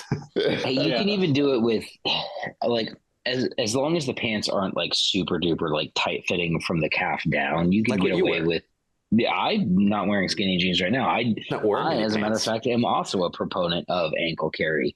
Especially because I spend a lot of time seated in cars and I like the easy access to the gun. I was driving through a city that rhymes with Chicago, and having easy access to a gun on my ankle may have hypothetically come in handy when I had to get off and get gas in a place that I probably should have planned my route a little bit better to avoid this place where I needed to get off and get gas. But no, the ankle rig is the truth. And I use the Galco ankle glove. And what's funny about what Rob said is, a resource like this podcast doesn't exist for a lot of this ankle carry stuff, right? So I figured out via trial and error that I needed to have the body of the gun a little bit back behind that ankle bone, and essentially the same way that your upper torso can create a drape on your shirt to provide concealment, your calf creates a drape in your pants to provide concealment for the gun.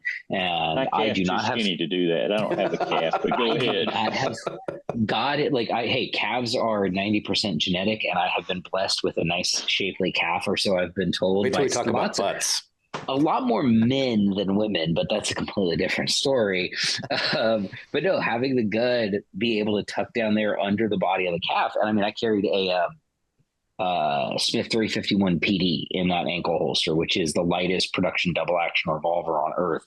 And it is so light and so unobtrusive that you don't forget you're carrying a gun because the Galco ankle band is hot and sweaty, but you don't notice the weight of it. It's not like I'm crip walking through the neighborhoods because I'm trying to carry a Glock 26 on my ankle, which I know people who have done that as well, and they're wild men. Of course, Chuck has.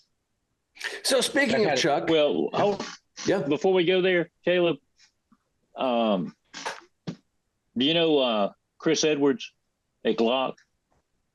Yes.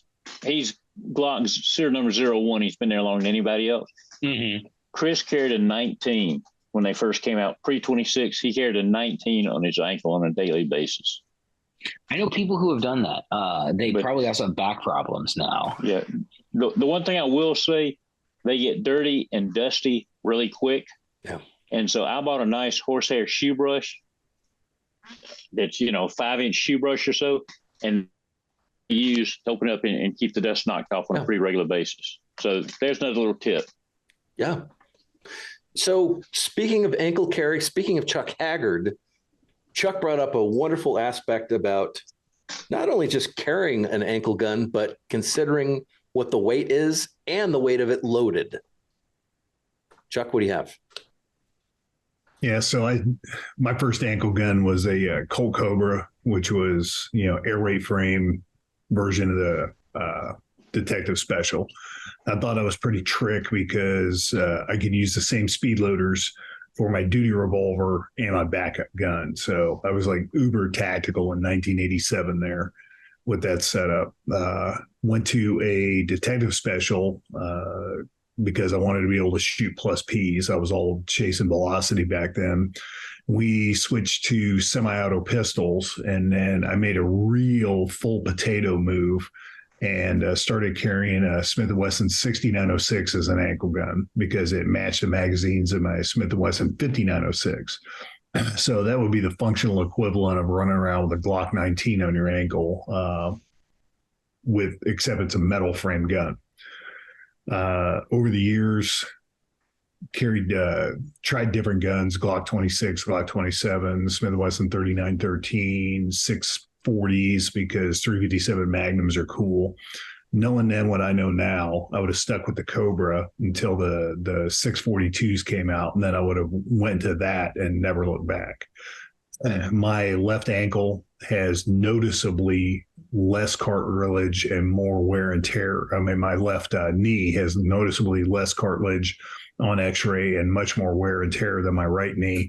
My ortho tells me it is because I was running around with stupid big ankle guns for, like 30 years.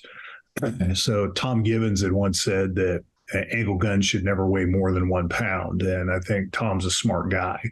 So I counsel people that things like 642s and LCRs, 340 PDs and things like that all exist for good reason.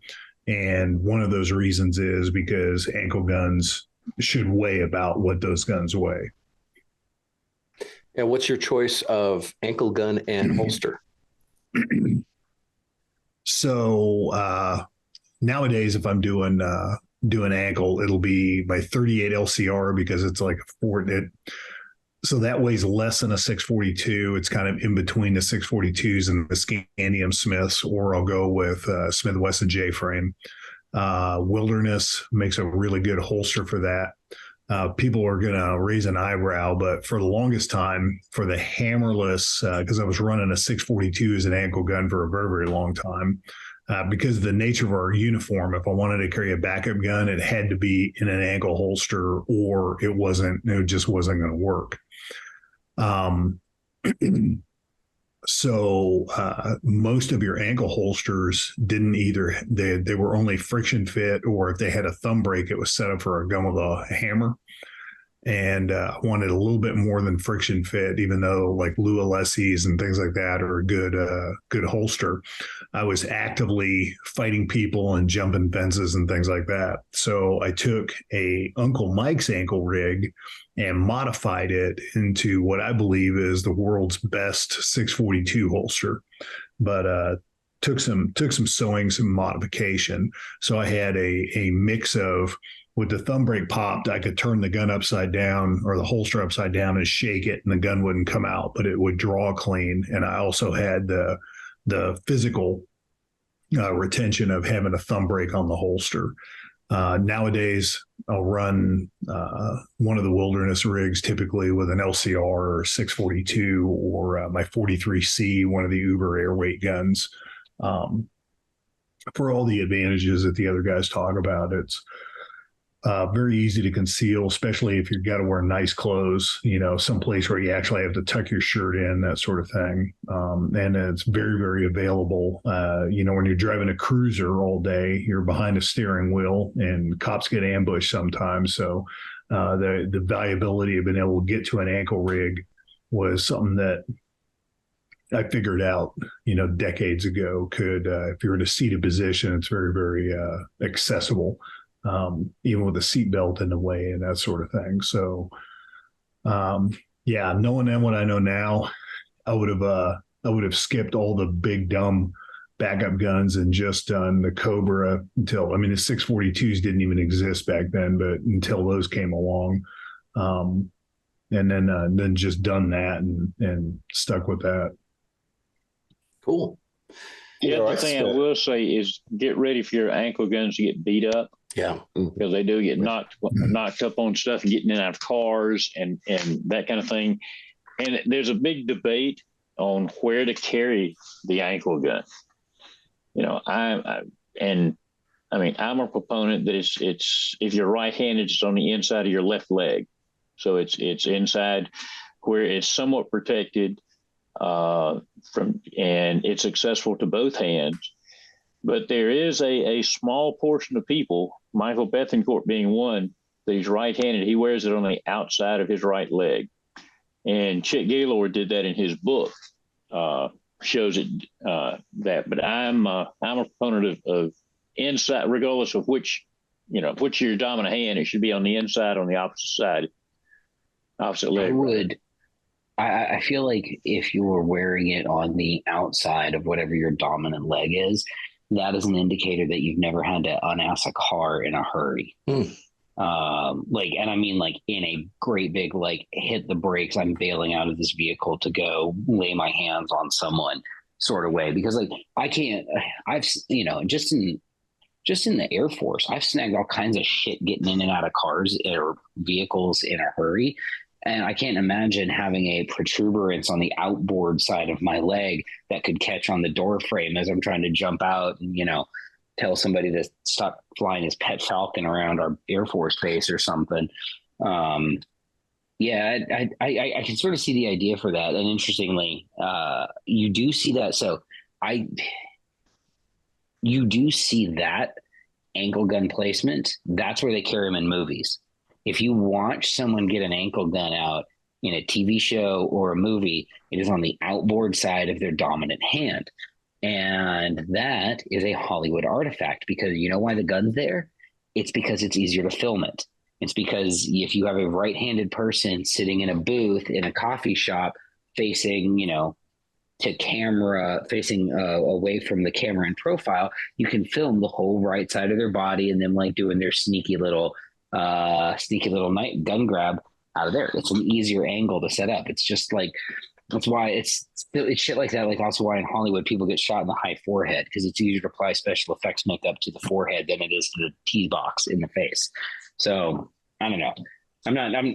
I'm sure that there are valid use cases for it, and I'm not going to dismiss it out of hand.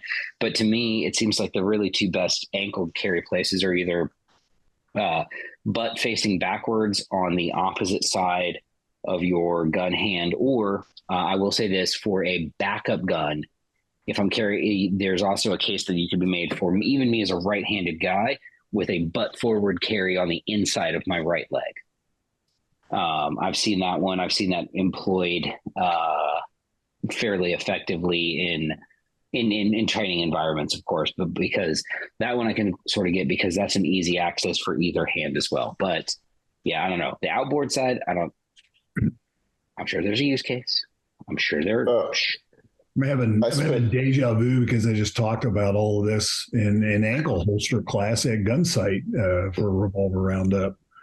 One thing that Rob alluded to that I want to hit on is when we get into some of these micro guns, and I'm going to talk about advantages of semi-autos. And I've heard in the past that small semi-autos have supplanted snubs because it's pretty easy to get a 6 or 7 shot 9mm, or definitely a 380 would be even smaller, but 6 or 7 shot, 8 shot 9mm in a size weight platform of a snub revolver.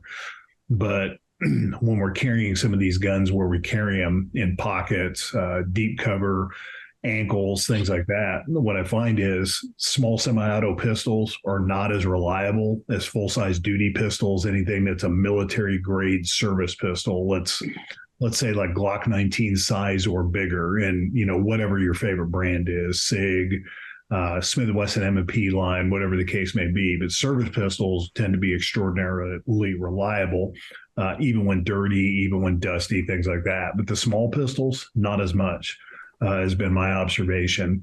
And that's where I think the mechanical aspect you were talking about before, where it's person driven when you're pulling the trigger.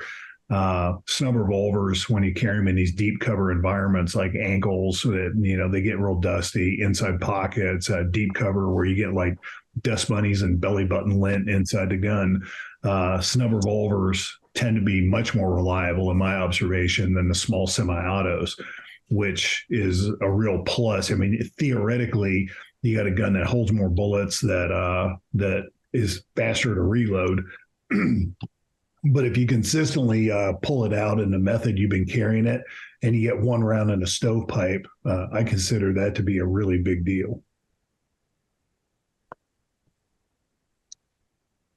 One of the advantages to ankle carry too is I spend a lot of time in corporate environments wearing suits and things like that, and maybe environments that don't necessarily allow carry of firearms, that frown on the carry of firearms. And I tried a lot of different ways of carrying a firearm in those environments, and ankle was by far the easiest to conceal and to access in those environments if necessary. So I do appreciate ankle carry, especially of a small revolver. I tried 380s, but revolvers seem to sit really well, like you said, Rob, right behind that ankle bone and set above the shoe, and didn't protrude at any point when I crossed my legs or anything. So yeah, I really appreciate that with small revolvers as well.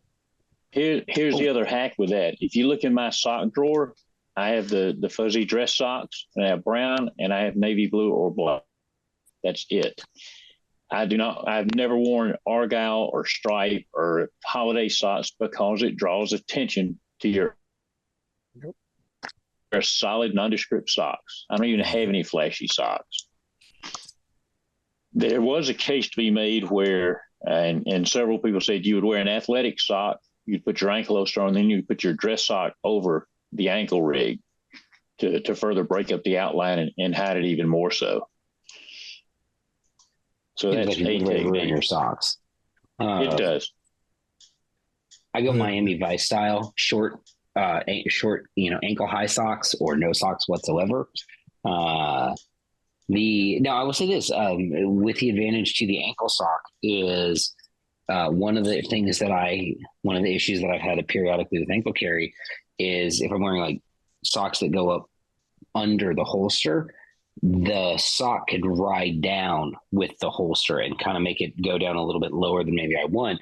So if I just wear my ankle socks, because I am a millennial and those are the socks of my generation, then I don't have that issue. Sorry, I got really distracted because I have a whole box here of red dot optic mounts for Taurus revolvers, and I am just really excited about the aftermarket possibilities for this. I am back on my bullshit, guys. This is exciting. To add one aspect also about ankle carry, yes, we do live in a great time. The Filster Enigma exists. It is a great solution. Absolutely. And so do good ankle options. That's right. Yeah, it's a Porque no los dos situation, right? Like I have an Enigma in there that I use for. So I'm very close with John and Sarah. I do not view any holster as a 100% this is my carry solution holster, because I think one of the things that professionals in our space forget often is that not everyone lives and works in an environment where they can roll around in an untucked, 3/4 length t-shirt and jeans with a belt and pockets and all of that stuff. And so it's really easy for me to say, well, this is the holster for all of those, for everyday life. That's always perfect, but it's not, because that's not everyone's reality. And when I accepted that was when I started to open my heart and soul to alternative carry methods like ankle carry, pocket carry. I was always big on, I was like pocket carry, but like ankle carry, pocket carry, even under very limited circumstances, shoulder holster carry. I will say this, for as comfortable as ankle carry is, shoulder holster carry, when you're talking about sitting in a car for 16 17 hours, bless the Lord, it's fantastic. And again, also, it has one of the advantages that you get from ankle carry in that my holster location is below the door line because I'm little. So I can also surreptitiously access a gun. Yeah, I can also very surreptitiously access a gun from a shoulder holster while I'm driving a car. So while you're sitting on the phone books. Yeah, on the phone. Well, I have, those like pedal extenders that they give to the blocks. I gotta have those. No, but I think that a lot of the stuff that when we're talking about revolvers, and not just revolvers, like a lot of like small autos fit into this category as well. Like the Kel-Tec P32, which is the best gun Kel-Tec ever made. like no question, the P32 is the best gun Kel-Tec ever made. But, you know, you get like small autos that sort of fit into this envelope as well, and revolvers and stuff like that. And we were talking about regular ass guns for regular ass people who are trying to just carry a gun in their daily life. And if we can get them, I have the best way to say this, even if their solution is suboptimal compared to carrying a comped dotted staccato in an Enigma or a roll special in an Enigma, I want them to have the most optimal suboptimal solution possible. Yeah. Right. So even if you're going to do something that maybe I don't think is the best idea, or maybe I don't personally do because my use cases are different than yours, I want you to do it the best way that you possibly can. And I want you to use the best possible gear and the best possible setups and have the best possible information for it. So, you know, I don't like pocket carry is a great example. I do not pocket carry that often. That is one area where my pants are a little bit too tight. I don't roll around in Carhartts or like big, you know, baggy cargo shorts. So pocket carry. You're banging on DB now when you talk about the baggy cargo shorts. A little bit. DB could pocket carry a Shockwave in the friggin' shorts that he wears. All right, he's got a friggin' 410 Shockwave shoved into one of those pockets. He's like, "Ha, have at thee."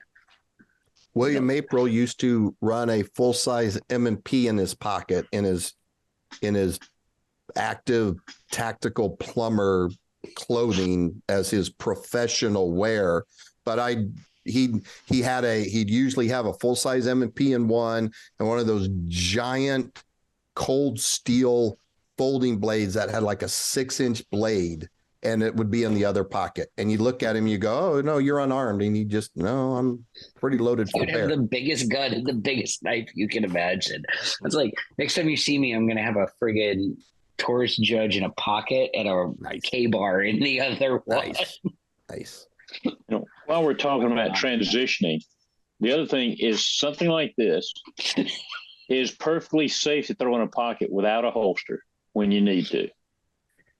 You know, you can't say that for the little semi-automatic striker fired stuff and other things. Granted, it breaks the outline up better if you have a holster. It certainly it stabilizes it a little better, but it's not unsafe to do so. Just walking from the restaurant to your car, and you know, slide your hand on it, stabilize it. You know what the covered low ready is whatever Daryl calls it, and that's a nice ability to do that. As long as your keys aren't in that pocket. Yeah. Don't put stuff in your gun pocket, guys. Yeah, that would be bad. Now, I did mention the Enigma.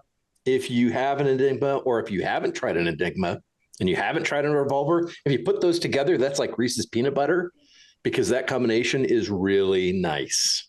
I found a nice Snubby and an Enigma just disappears. Mm-hmm.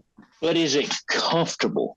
Yes. Yeah. Yes. Or I mean, for someone who's used to, as someone who carries appendix regularly, yes, I find it to be more comfortable than other. Okay. And I can't wear appendix at all. Or here's some oversharing. The Enigma rig is the only holster setup that I've ever comfortably worn while also freeballing it. So that is. And you wear it in the shower.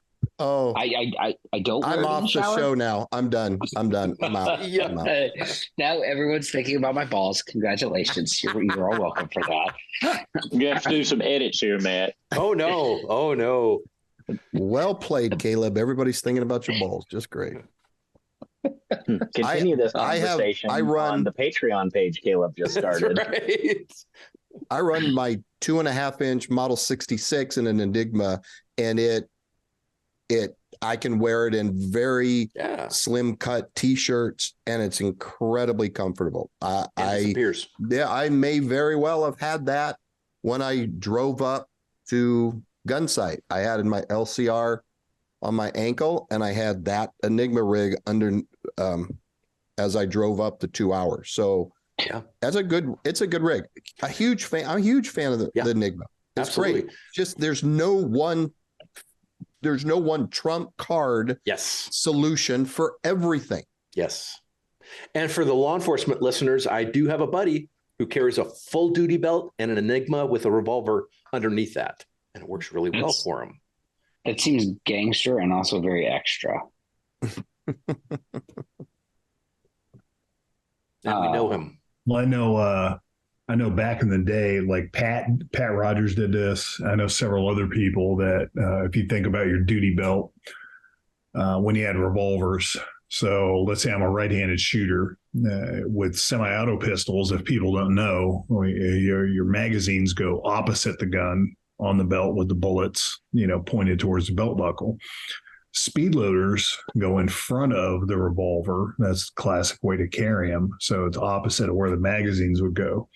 Well, guys used to carry like a J-frame in a holster where it was mounted to be, it would clip to the inside of your pants or to your underbelt, and it would lower what Rob is showing there on the screen. It would lower the butt of the gun to the belt level, so that you would have to make what guys.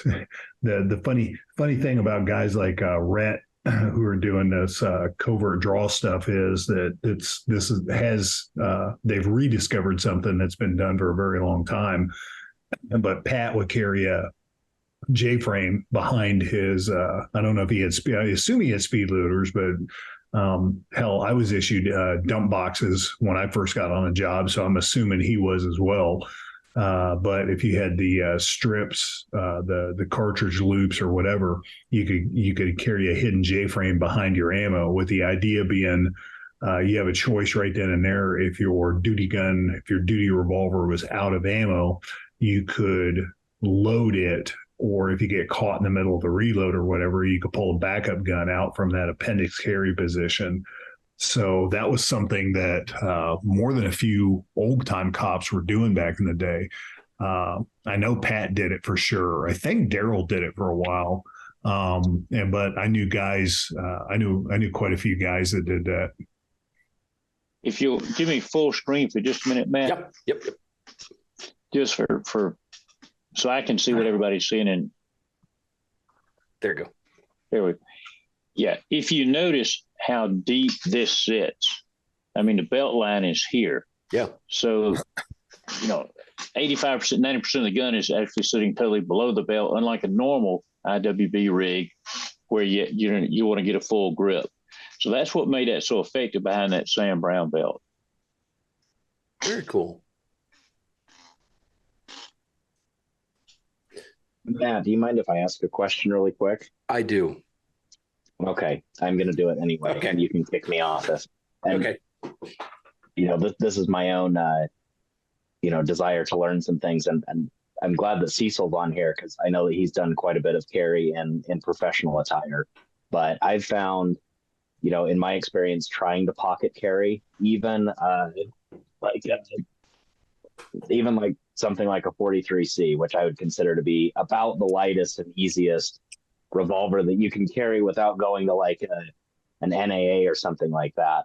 I find that in my experiments trying to get that to work, in slacks most of the time, a pocket carry J-frame is almost like comically unconcealed for me. I mean, you can literally see, it's like, oh, that's a an 8-shot Smith, not a 6-shot Smith or a 5-shot snub or what. It's so it just jumps right out of the pocket basically.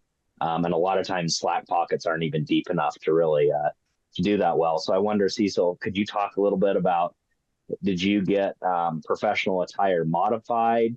Were you sizing it or tailoring it a certain way? This kind of goes back to the grip thing just a little bit. Like, were you finding certain grips that were especially slick or especially thin or short or something like that to help that work? And maybe if you can even talk a little bit about, ankle carry or any other, methods that you were doing in that sort of attire, or anyone really. I just know that, that you've talked about that extensively in the past. So I'm too much of a cheapskate up until fairly recently to have any tailoring done at any point. It just really bugged me to think about paying money for clothing that I hated being in, because I associated it with the day job. So what I ended up doing, though, was there was pants I bought that I ended up not wearing because they weren't cut deep enough. So I had to find the right ones for me. And typically what I ended up wearing were Docker khakis. And there was a certain, I can't remember the cut of them. It's probably still in my Amazon orders going back years. But they were cut really well. The pocket was really deep. And the material kind of had a slight slickness, even though it was cotton. And so I wore those a lot. And the cool thing is not khakis. I shouldn't say khakis, chinos, because they come in all different colors. So, and I had navy blue. I had a bunch of blacks. And so most of the time I was running the 642 was sort of the generic boot grips. And as long as the pocket was deep enough, I usually never had an issue. If I did, like if maybe the material, sometimes I would find the material was a little thin.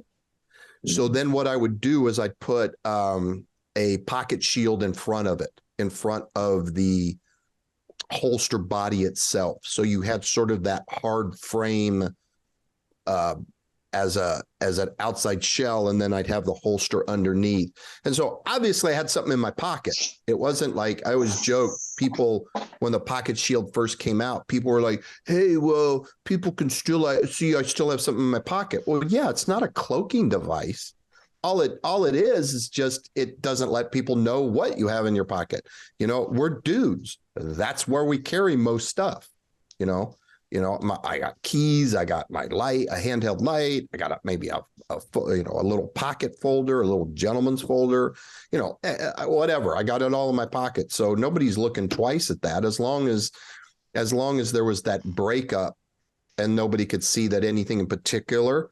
Or what I was looking for was if I'm sitting down like at a restaurant, if somebody's sitting behind me, or can they see in the top of my pocket and pick up the curve of the butt?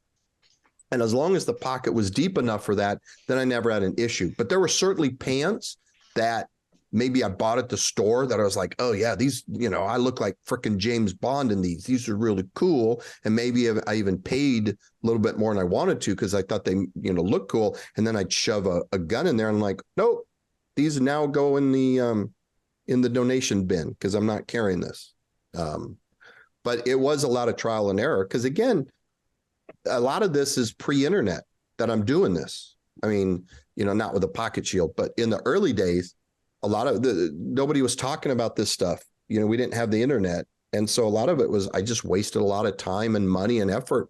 And it's like, oh man, and that's not working today. I ended up spending I probably carried more on the ankle, especially back then, than I would have preferred. But at least I knew with dress slacks, it was going to be concealed. And the cut, they weren't skinny jeans, so I'd have at least reasonable access to it. I didn't have no blazing fast sub-second draw, but it was reasonable if I worked it. I know that's a long-winded answer, but hope that kind of made at least sense. How big are you too, Nate? Like, what's your size?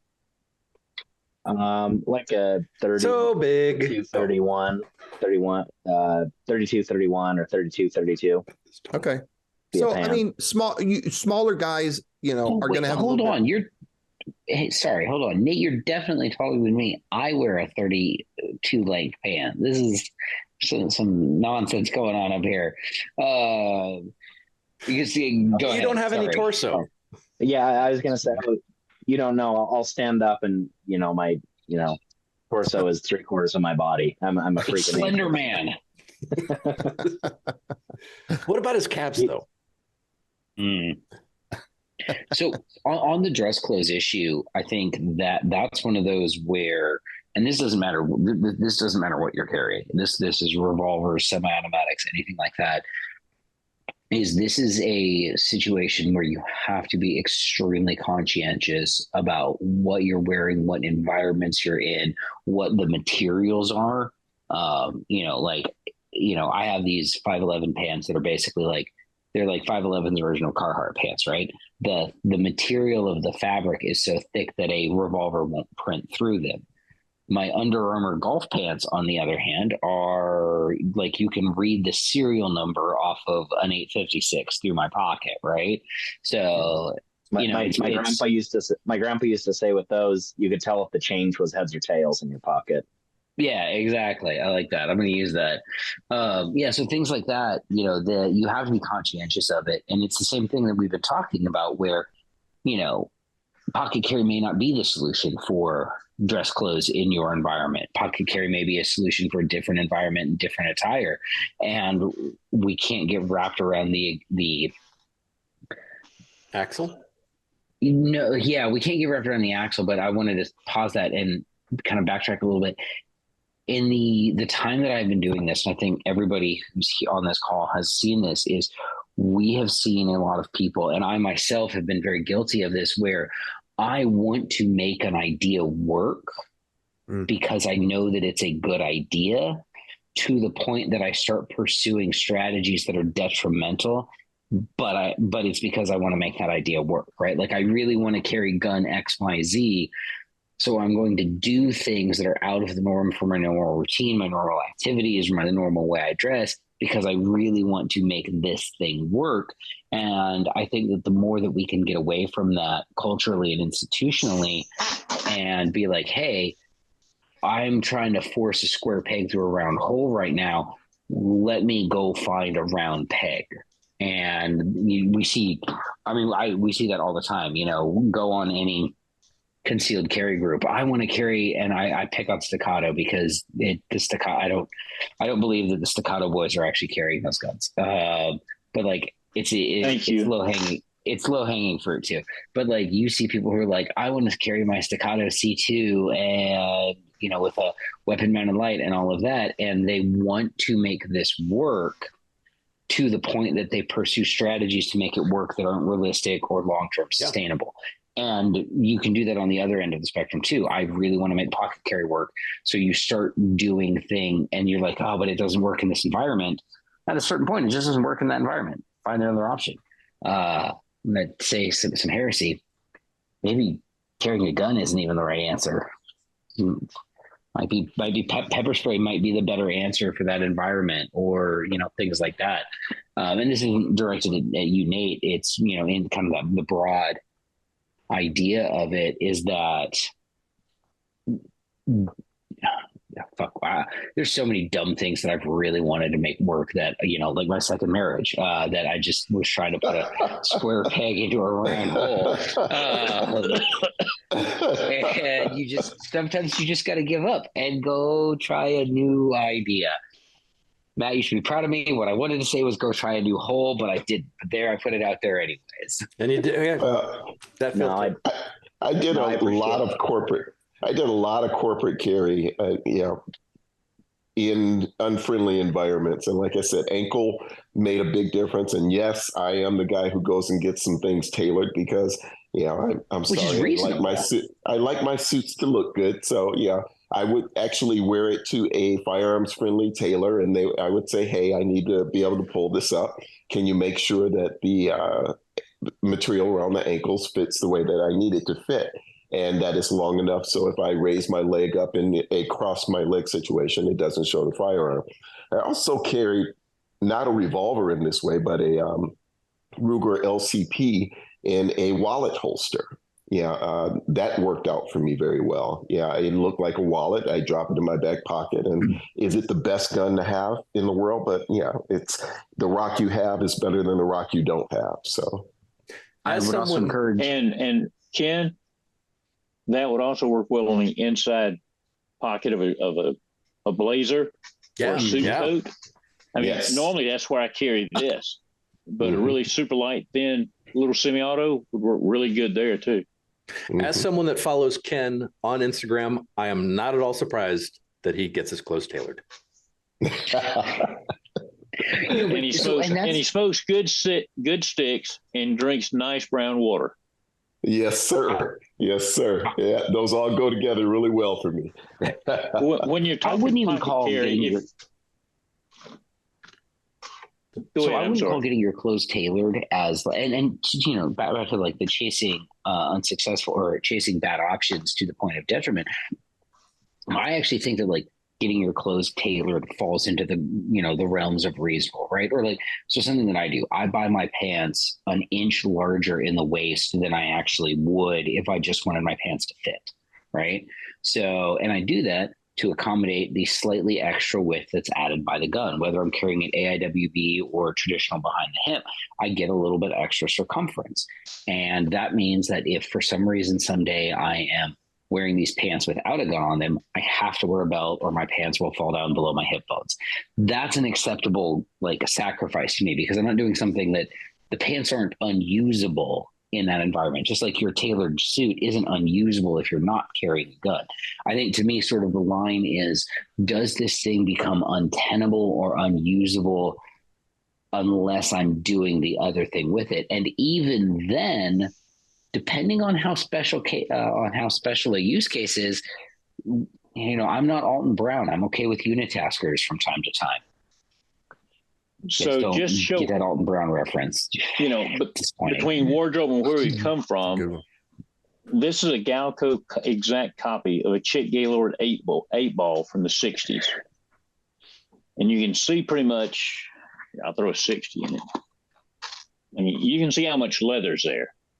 That's a big holster, but it fit in 50s and 60s dress pants. You know, from there, here's a 1991 rig that Thad Ripka made for me. Big difference. Big difference. Now, Milt Sparks makes a pretty neat pocket holster because it doesn't fully enclose, because that's the inside and that's the outside. And they have a metal band that you actually bend to shape. But that's not fitting in a pair of Bill's khakis or a pair of dress pants. Not today. It's great for hip carry, and it works pretty well in 511s. You come to Micah, you know, this guy is super. Former cop, you know, he signs every holster. When you send the order on the internet, within about 10 minutes, he's going to call you and speak to you. DB and a lot of folks rave about these. These do not fit my pockets. It's just too big for most of mine. Now, I've got about a 40 waist and about a 36-inch inseam. And so my pockets aren't that big. So I caught a lot of heat when I mentioned this. The holster that works best for me is a $14 Uncle Mike's. It's soft, it stabilizes the pistol, and it's got the little tacky stuff there to help it stay in the pocket. And that's the smallest overall outline, and that's what really has worked best for me over the past several years. So there's an assortment of where we were and where what we've come to. I have a Kramer that is absolutely tiny for my 442. That's a very small profile, and it fits the gun wonderfully, and it sits in the pocket just right. And I would use that on duty on occasion. Well, you know, after seeing Rob's collection there, I feel like I'm about to show like the great value version of some of this sort of thing. But I think this is a good visual indicator. So this is one that I just picked up actually at Roundup because I thought it was interesting. But the Wilderness Tactical pocket holster, it's a fabulous thing. It's great. I've got one of their ankle rigs. They overbuild things. That ankle rig is super comfortable. I love it. But I want to compare this, especially this dimension right here, to this one right here from Blue Force Gear. Yeah. Oh, I thought that was like a thermal cup holder. Yeah, for like hot coffee. Saying like, you know, this is bigger, this is bad, this is thinner, you know, this is better, or anything like that. But once again, it's just kind of, you know, your use case. If you stuff even the 43, and I think this goes to the conversation a little bit. This is, I mean, width wise, trying to fit that in a set of like thin fabric slacks, you know, it's never going to happen, you know. And I bought that knowing that, you know, it's going to be used for other things. But, you know, if you can fit a J frame into a pocket, then that is probably going to accommodate that. Maybe you can go upsize a little bit or whatever, but you know, that's going to be about the most minimalist you can go without just going no holster. Or show us the top strap view like you did the other one. Show us it's the same view. Yeah. So like this with the gun literally is probably thinner than this one with no gun in it. Sure. So. I just haven't gotten around to, I've got a Blue Force. That 10-8 material or 10-speed material that they came up with several years ago is outstanding stuff. You can't tear it up. Yeah. Yeah. So it's interesting. And I think it goes back to, getting equipment for the purpose. I mean, even the very first thing you brought up, Matt, with the grips, you can get overwhelmed with the selection, so many different, holsters and options and stuff available. But I guess at the end of the day, you just ask, what do you want this to do for me? I want it to soak up, Magnum recoil. These probably not be great grips for that. I don't want it to stick on my clothes and cause my shirt to ride up, or, maybe don't use those stock LCR rubber grips, or cover them in the Caleb Giddings special tape, the hockey tape or goon tape if you want to pay double for it. Hey, it is okay to pay double for it because they are cool people and they actually support legit. Like, hey, as a side note, I'm not sponsored by Goon Tape. I'm friends with the owner. They support legit industry causes. So I'm like, you know what? It's an extra $5. Who gives a fuck? So anyway, yeah, it's like, if you want some grips and there's 1,000 options available, do you want heavier grips or super light grips? Do you want, something thin to put in your pocket? Do you want it to soak up recoil? Do you want it cut out so you can put speed loaders in it? That'll eliminate a lot of options, So same with the holsters. What do you want it to do? And then go buy something that'll do it, I guess. Another one that's similar, that's a little on the thicker side, but I found some good use for it, are the Tough Products holsters. They're bigger, they're bulkier, but they sure work well. Another interesting one actually that I really like is the Safariland one. If you can accommodate that one in your pocket, it's one of the ones that I don't think I ever remember in practice ever drawing the gun out of the pocket and having the holster on the gun still. It's got that suede Safariland material on the outside. The inside is almost a plastic. It's very, very slick. The gun doesn't stay in it very easy. You wouldn't if you just grabbed that and put it in it and threw it in a bag, the gun might come out of it. But if it's in a pocket, it's fine. And it's pretty quick coming out. Downside, once again, it's pretty thick. And it's pretty hard. So it's not gonna, it's not gonna contort to a shape quite as easily. So yeah. And they're cheap. The one holster, I don't remember where I got this, but that's a Kydex J-frame pocket holster, and it is humongous. I mean, and I'm with Ken. I try to buy nice clothes because they last, and except for maybe 511s, I'd never try to carry that in anything because this is going to wear the inside lining of your pants in a heartbeat. And I just can't see that being, comfortable. But it's, it just is what it is. But I just happen to remember that I had this one sitting over there in a box. So all kind of options out there. That's a really good point too, wearing out, because everyone has experienced their T-shirts and these mystery holes. Where the hell did that come from? Well, it's from the damn gun you're carrying. Well, with certain pocket holsters, you might be wearing some holes in pockets, and well, I'm sorry, your pocket doesn't work anymore. It's now completely torn out. And if you're buying nice dress slacks, and it depends on what dress slacks, but I mean, a decent pair of dress slacks now starts at about $145. Ken's probably wears the Italian ones that are about $345 at least. That's his pajamas. I'm really surprised Caleb did not speak up when I said something about there's no pocket. Okay. So, ammunition. You're okay. I was going to throw out, it's popular to bag on certain brands. Taurus used to be that way, but absolutely they've shifted. I was one of them. Uncle Mike's, one of their few decent products. Their pocket holster is really legit. It wears out fairly quickly. It'll get broke down. So you spend the $9 to get a new one about every year and a half. But I have found They're like for this one for the LCR, and it'll fit a wide variety of other revolvers. Pretty legit holster. It's got that same effect that Nate talked about, where it's got kind of a suede finish, kind of a rubberized band on the outside, and then it has like a smooth nylon on the inside. And one of the reasons I like this one is because it works so well. It's very comfortable. It molds to the gun, so it breaks up the outline. Maybe looks like a wallet in your pocket. But then they also have a liner in it, so it's waterproof. So if you're wearing it during the summer, you're not sweating all over the gun. The holster's protecting the gun. So as far as products go, it's pretty common for people in the gun world crap on Uncle Mike's as being a bunch of low rent stuff, but man, their pocket holsters are really legit.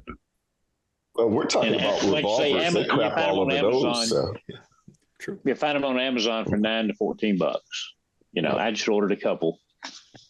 Well, and that's something we consider. Yeah, these can be wear items, and so that's just the cost of doing business. All of your gear is a wear item. All of it. Hey, that's not true. This city special will wear out eventually. Well, even with that, like I was doing qualifications for some dudes at a security company, and a guy was wearing a Safariland ALS holster.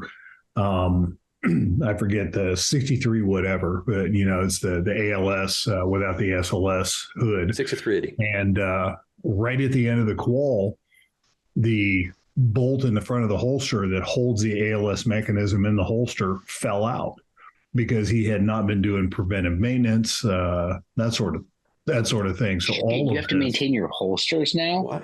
Yeah, you got to maintain your holsters. You got to change the oil in your car. Every once in a while, you should put some kiwi on your boots if they're leather. It's just crazy. I tell people all the time that 90% of life is maintenance. They don't, and is what it is. But yeah, to the point you tried to make was, people crap on Uncle Mike's, but people crap on people who carry revolvers. So yeah.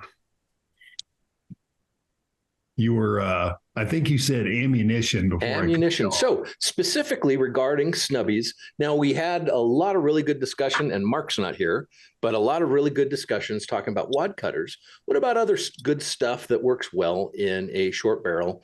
Some of the stuff that people specifically asked about was recommended ammo for J-frames and similar in 38 that aren't wad cutters, but still shoot somewhat softly and hit the sights that get that penetration that we are wanting.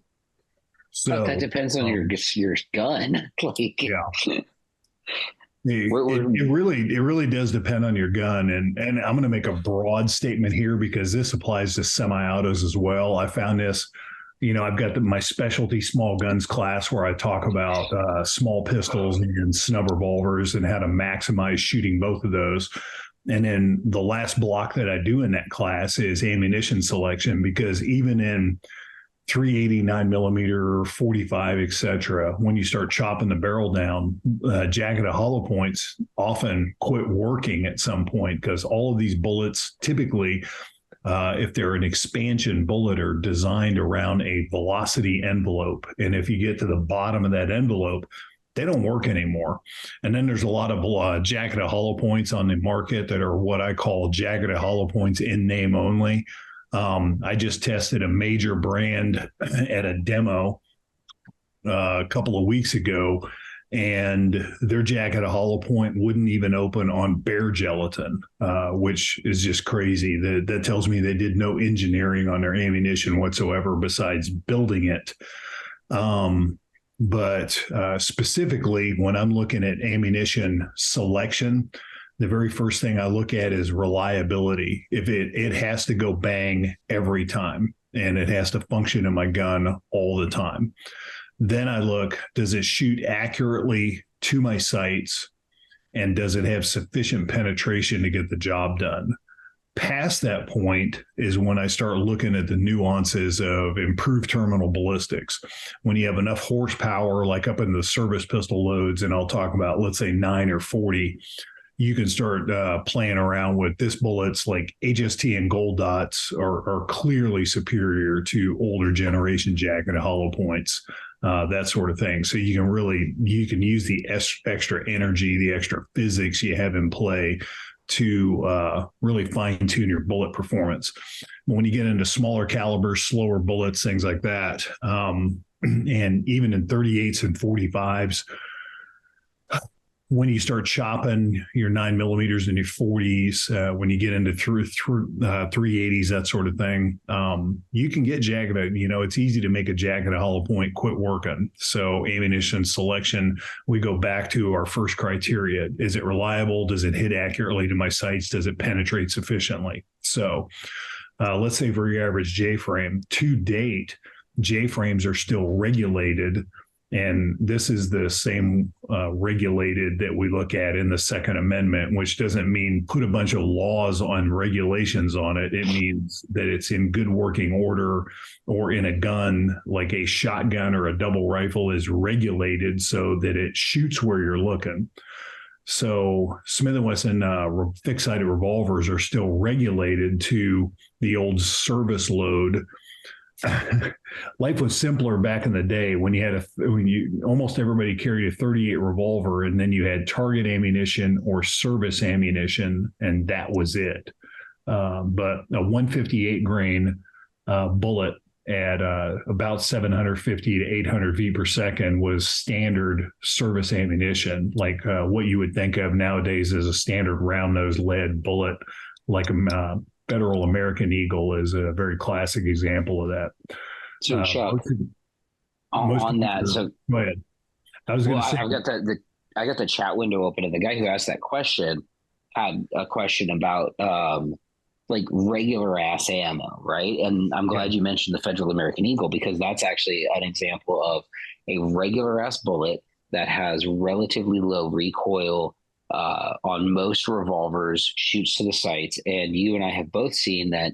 I don't know if it's 100% for you, but 100% of the times that I've shot that bullet into gel, regardless of barrel length or anything like that, it goes about 4 inches in, and then it yaws 180 degrees and flies backwards for the next 10 to 12 inches, and it gets all the penetration your heart could desire. It goes through 4 layers of denim, and in most guns, it shoots to the sights and has relatively mild recoil. So if that's what Matthew Mann was talking about, that's kind of the idea of like, what's another regular ass bullet that you can literally buy from, Lucky Gunner in bulk and use. I've been using the Federal American Eagle as my match load for, the entire year. I've probably shot 10, 15,000 rounds of it over the last 2 years because it's awesome.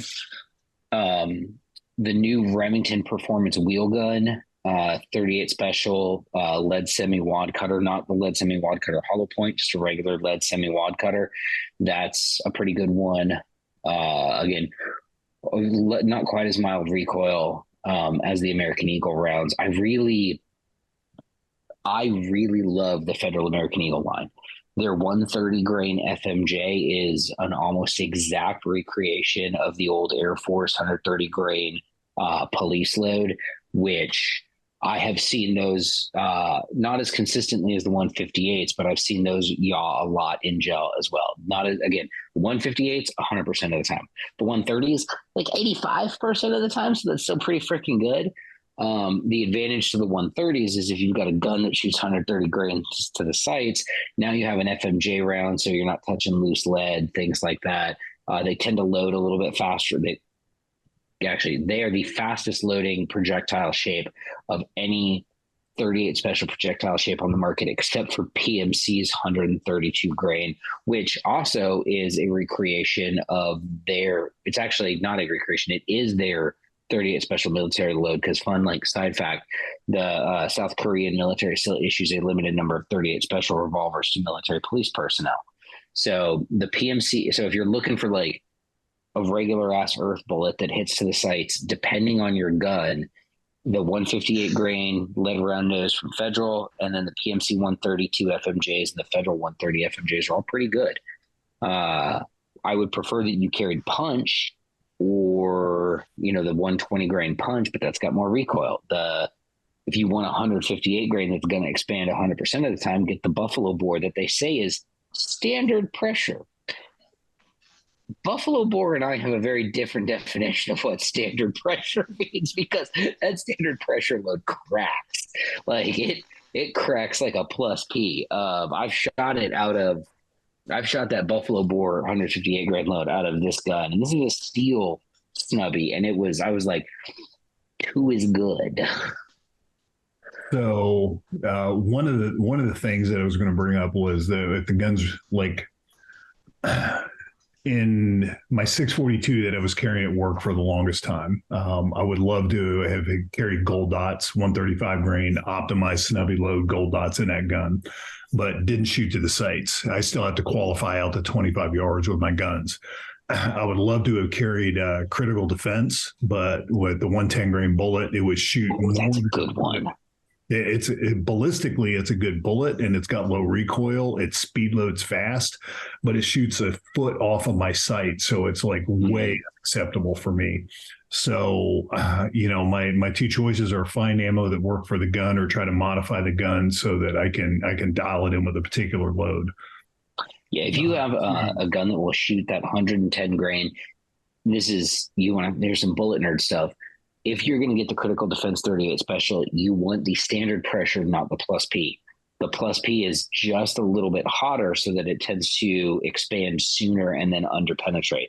So you want the standard pressure 38 special 110 grain critical defense load, which tends to act like the treasury load was designed to act, but wouldn't always act like in practical application. But problem is, again, you have to find a gun that fucking shoots it to the sights, or get a gun with adjustable sights, or you could purchase the Taurus 856 Toro optics ready option and zero it for your 110 grain projectile. Sorry, I'm good. This ad brought to you by. I just shot some when I was writing up that Timber K6 XS. I shot several loads in some gel blocks, and they were Haggard gel blocks because they had multiple wound tracks. I hadn't reconstituted them. But the critical defense, through 4 layers of denim, you could have reloaded the bullet. Oh, that's unfortunate. The others expanded pretty decent. The punch deformed a little bit on the nose, but you could have almost reloaded that bullet, went through denim. Bear gel, it did okay at 12, 13 inches, something like that. Were you shooting 2-inch or 3-inch guns? The 2-inch. Okay. Yeah, the K6. Yeah. So I'm going to caveat my recommendation of punch in that out of a 2-inch gun, it did exactly what you said. Out of a 3-inch gun, it's got just that little bit of extra ass behind it. And that's where the punch really shines, I think. And I was going to say, Chuck mentioned the gold dot load. It deformed on the nose, but it didn't increase. I mean, it kind of just got ragged through denim. I had excellent expansion. I mean, it looked beautiful, just like an ad in Bear gel. But it was, in this K6 is lighter, is super light, and even with these stocks, that gold dot was not real fun to shoot out of this particular pistol. I saved the 135 gold dot for steel frame guns. And in particular, it makes for 3 and 4-inch guns, it makes a superb service load specific, especially if you got a adjustable sighted gun where you can dial it in. So, to the chat question, and to reiterate what Caleb had said, if you want super low recoil, something that hits to your sights. One of the reasons why so many guys recommend 148 grain wad cutters, Federal, Remington Winchester, or Georgia Arms, Buffalo. Not Winchester. Well, in the olden days, the Super X, their Super Match bullet was probably the snubby load to get. Their quality control has really taken a nosedive past couple of years. So yeah. But at any rate, a wad cutter that's still pushing the velocity, some of them are sub 600 feet per second. I couldn't recommend that, because penetration is really going to suffer. But if you need something, I think Fiocchi was one that was like 475, 5.25 Fiocchi was just horrible. Yeah. You can see the Fiocchi go like this on the way into the target. Another option, and this is a little bit thinking outside the box, but if you look at the barrel if you look at the actual barrel length, like the usable rifled barrel of, these little snub 9mm, it's actually not significantly longer than a 2-inch revolver barrel, right? And then a 3-inch revolver barrel, like I have on my 905 here, is almost the same amount of rifled barrel length that you would get out of like a Glock 19. Rifled barrel length is the important thing that I'm saying here. With this gun in gel through 4-layer deadup, all modern hollow points work. The 9mm hollow points work the way they're designed. 124s, 147s, whatever they're supposed to do, they work the way they're supposed to because I've got the right amount of barrel length on it. So if you can get like one of the smaller, or like one of our 2-inch gun, like one of our 2-inch 905s, or one of the smaller LCRs, your recoil penalty is going to be higher on a 9mm than it is on a 38 plus P. Well, it's going to be about the same as a 38 plus P, but it's not going to be so uncomfortable that the gun's not shootable. And it's going to open up a world of ammunition. All your gold dot short barrels and HST short barrel stuff is going to work out of these 2-inch guns. But again, then you run into the issue of, does it hit to the sights? And I have found that 9mm revolvers tend to be incredibly confusingly regulated when they have fixed sights. Like they beg for laser grips or something so you could actually aim them. I will say to Chuck's point, I don't know if you can see this or not. Let me lower the brightness. This may be a little better. So the ones on this side were shot through 4 layers of denim. The ones over here were bare gel, and that's out of a 3-inch Python, and it's the 135 short barrel plus B gold dot. That's just perfect out of a 3-inch. I mean, that's a perfect load for that Python. It really is. That 135. Go ahead. Oh no, that 135 plus B gold dot when I was carrying at the 586L comp, that was my go-to for it. Golly, that was and because that little bit of plus P with the little expansion chamber on the front of that was a shooter.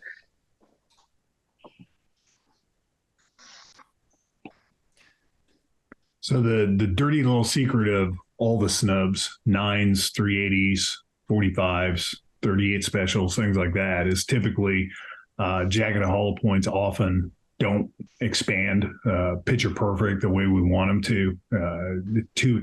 So what Caleb was talking about, if you get into like a 3-inch 9mm, they have as much or less rifled barrel because the way they do barrel length in a semi-auto, the chamber is counted in, whereas a revolver, it's not.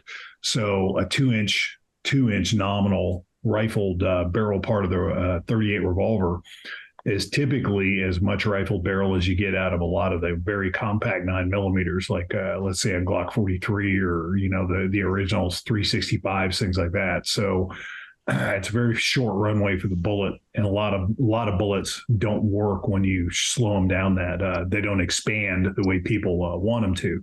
But I don't always look at that as a failure. So that 135 grain plus P gold dot. And a lot of the testing I've done through heavy clothing through 4-layer denim will fail to mushroom from a snub revolver, but it's still got a cookie cutter nose. It cuts a wad cutter-ish hole. And once it gets in, it tends to yaw. And so penetration depth tends to still be controlled. So even though it's a bullet failure and it didn't expand, I really don't care because the performance is still in line with what I believe to be effective and is proven to be effective in the real world. Just like that round nose lead, American Eagle round nose lead that to answer your question, Caleb, 100% of those that I've shot out of a snub have been 13 to 15 inches in gel, have yawed heavily and ended up backwards 100% of the time. So I've seen the same performance from that load out of 3-inch guns and 4-inch guns. The only I've not shot it out of a 6-inch gun, so I don't know if it does it out of a 6-inch gun, but I have no reason to think maybe the velocities start to make it not do that. But yeah. I've carried it in my EDC because I was like, I shot a match. I brought this ammo with me. I'm friggin' thrilled. So, and also to your point about, and to the point about the regular earth bullets, no one lesser than the great Pat Rogers said, most bullets work well when you shoot them where it matters, or something to that extent was the quote. I was helping him. I was AI in a pistol class with him, and we were talking about bullets, and he was talking about his time in NYPD. And one of the dudes in class, one of the younger guys, said something about the 38 revolvers. And Pat never had hollow points on the job. Never had them. He went from round nose lead to lead semi wad cutter to round nose full metal jacket in the 9mm. And when speaking, and very specifically to the lead, the 38 lead bullets that he carried, he said right there in class in front of me, they actually worked pretty good if you could shoot. And the secret is, if you can't shoot, none of them works. There is no magic death ray. None of these things work if you can't shoot well. Don't put the bullets where they need to go. Which is why we should use anatomically correct targets to train, right? Yes. So conversation I had with Ed Lovett in class, and most people don't know for the longest time, and still to this day, CIA guys often carry a 38 snub because they really want to be, when you're in another country where you might end up like underneath the prison or something, that's a true NPE, right? And Ed told me in conversation, he goes, that 38 158 grain round nose lead, that bullet worked a whole lot better than people give it credit for. Now that's something Greg Ellifritz pointed out was in his reading, and I checked. Charles Askins, who's killed a bunch of people, he wrote in one of his books that the 38 service load, which was a round nose 158 grain, he called it a, quote, hairy-chested man killer. So he obviously thought that was an effective bullet. Would it be my first choice if I had something with better terminal ballistics? No.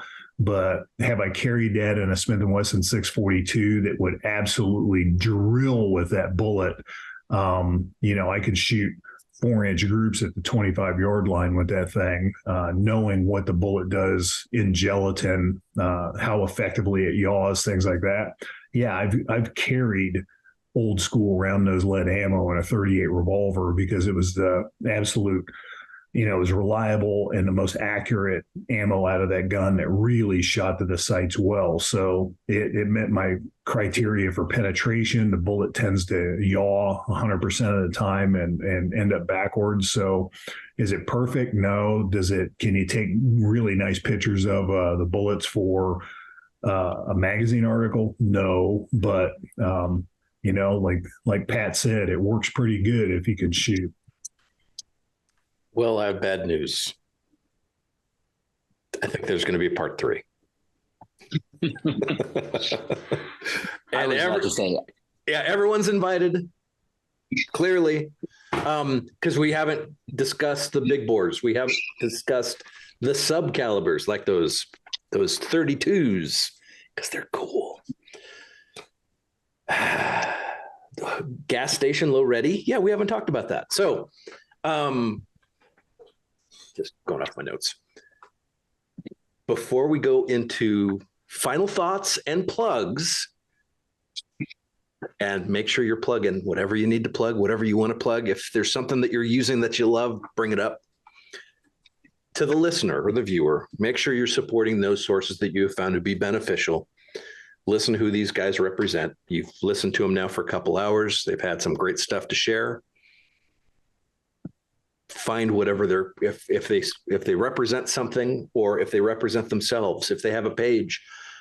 If you like what they said, you probably should follow them. If they're providing some really good insights, you probably need to share that. So if someone puts on a really good article or they have a really good video, and it impacts you positively, you probably should be sharing that, because unfortunately algorithms aren't helping us. So YouTube, which this is shared to, as much as I use it, it doesn't help me. It doesn't really share the way it would with non-gun content. So that's where you, the listener or viewer, come in to help share. Speaking of which, if you haven't already, it's time to hit like. You have been here for a couple hours. Hit like. This goes to the people watching on YouTube. It doesn't work for the live episode. Speaking of live, though, we do have some people that have been watching live. They've posted questions. We've been able to address them.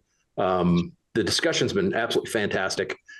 If you want to be part of this kind of stuff, go to patreon.com/primary and secondary. From there are different levels of support. There are different benefits. At the $5 monthly level, you can watch these live. You can post questions. Also, as soon as we're done, I upload the uncut version. So network support viewers or members can watch the uncut version if they missed it. Truly, though, watching it live and being able to have this interaction does add a lot to the viewer, but also for us conducting this, because there's some really good observations. There are great questions. There's great feedback. Sometimes someone will bring something up, and I'll even throw them on the panel and say, hey, just come and talk. And sometimes they're not really ready for that. So with that, it is time to go to our final thoughts, final plugs. And since Caleb's standing, he's ready to go. I think we should start with Caleb. Final thoughts. And plugs. Revolver. Final thoughts and plugs. Revolvers are cool. They're a lot of fun to shoot. I think that a lot of people... I think that if there is one benefit to a revolver, be it a snub or a medium frame or anything like that, for someone who is interested in becoming more proficient at shooting, taking 6 months and just spending some time dry firing and shooting a revolver will make you a lot more thoughtful about the relationship between your eyes, the sights, and your trigger and the target. And whatever relationship it is that you want that to be, whether you want to target focus or hard front sight focus or flash front sight picture or anything like that, whatever it is you're trying to do, you will get a lot more thoughtful about it, because when you take a revolver out of the holster, you're already out of bullets. Guys with 20-round magazines dump it when there's 6 left, okay? So you are starting from other people's reload condition, and it makes you a lot more thoughtful about what you're doing when you press that trigger. So that's my final thought on that. And as far as plugs, please go ahead and make sure that you guys are visiting TaurusUSA.com, RossiUSA.com, and Heritage Manufacturing's websites. Those are all part of the Taurus Holdings Incorporated family of brands. We're making products for shooters. Like, some of the stuff that we are coming out with at SHOT Show, especially for people who are on this call or listening to this episode, it's going to knock your dicks in the dirt. You're going to be very excited about it. And then, follow me on Facebook and Instagram, facebook.com/Caleb Shooting, Instagram. It's just Rowdy Caleb. And I already explained that at the top of the episode. I don't need to do that bit again. But thank you very much, Matt. Appreciate you having me on here. Oh, thanks for joining us. And Caleb did prove just recently he is wearing pants. Yes, I am in fact wearing pants, because I had to take my 3-inch 357 Magnum revolver out of those said pants and lock it in my closet. It? Yes, that's exactly what I call it. The other one's a 32. Okay. Nate, who looks like a silhouette. Sorry, I had to switch to the phone because apparently the charger that came with my laptop is not actually doing charging. So that's good. Yeah, I don't really have anything to plug, but I will say, if you wanted to, you could join me in cyberbullying Smith & Wesson on Instagram to bring back the Night Guard line, and you could cyberbully Ruger on Instagram to make like KL end frame sized LCRs, and you could cyberbully Caleb personally to make sure that every single one of their revolvers comes with the spurless hammer. And they should do weird things like 8-shot 327 revolvers and the like. So the other thing I wanted them to make, he said, may or may not be coming later. So it's working. Rob? Oh, you're still muted. Oh, muted. Still muted. There you are. There you are. First off, thanks again for having me. Since BrYan with a Y had to leave, I will plug Patreon American Fighting Revolver for BrYan. There you go. And DB. And there's really good content there for $5 a month, particularly the historical stuff. And just to get a peek into Daryl Bulkey's collection, that's worth $5 a month right there. Beyond that, just glad to be here with such an esteemed panel, and wish everybody the best. And shame on Daryl for not making it, because he had to travel. I will say that something was posted today that I'll go ahead and plug, that they're looking for a mini roundup event in Alabama in May, that Daryl and I'm not sure if Wayne's making it, but I know Daryl and BrYan are somewhere in the Alabama area, limited to 32 slots. So I'm sure those are going to fill pretty quick. Yeah. Because Gunsight's a haul for us folks on the West Coast, or East Coast, particularly the week before Thanksgiving with family commitments coming up. So be looking for that. And I'll let BrYan pay me for plugging his stuff later. That's right. You get a percentage now. You too. Chuck? On what Rod was just mentioning, we're all the details aren't hammered out yet, but we just did Revolver Roundup for, I forget, it's second or third time at Gunsight, and a lot of people can't make it that far west, or can't fit into their schedule, so we got a bunch of requests. We're setting up a mini revolver event, probably going to be in the Alabama area. Thus far, it's going to be me, BrYan, Daryl, and Wayne, as far as I know. So be a round robin kind of thing, much smaller event than the Gunsight event is over 100 people. And I think this would be about 30 people, depending on range availability, things like that. So if you're really interested in revolvers, can't make it to Gunsight, might be a good option for you. Didn't mean to steal your thunder, Chuck. I apologize. No, it's no. And you basically reminded me to mention that. So it might have been something that because we don't have all the details hammered out yet, I probably would have spaced off mentioning. Revolver Roundup is we've already got 2024 set up. My understanding is more than half the tickets are already sold. So that's a really good event, fun event to get into. Lots of history, lots of learning. If you're new, you're going to learn a lot. I had people in my classes that said they, had 30, 40 years of experience and still learned stuff in my class. So kind of proud of that. As you know, Matt, I've been doing a lot of travel and training. I'll be in Nashville next weekend, Murfreesboro 2-3 weekends from now, teaching my OC instructor course, combative handguns class.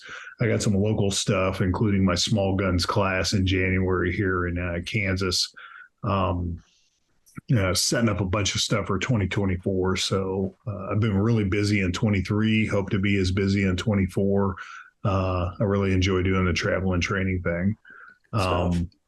So yeah, my website's Agile Training and Consulting, agiletactical.com, all one word. If you're interested in my schedule, that's where I'm at. Cool.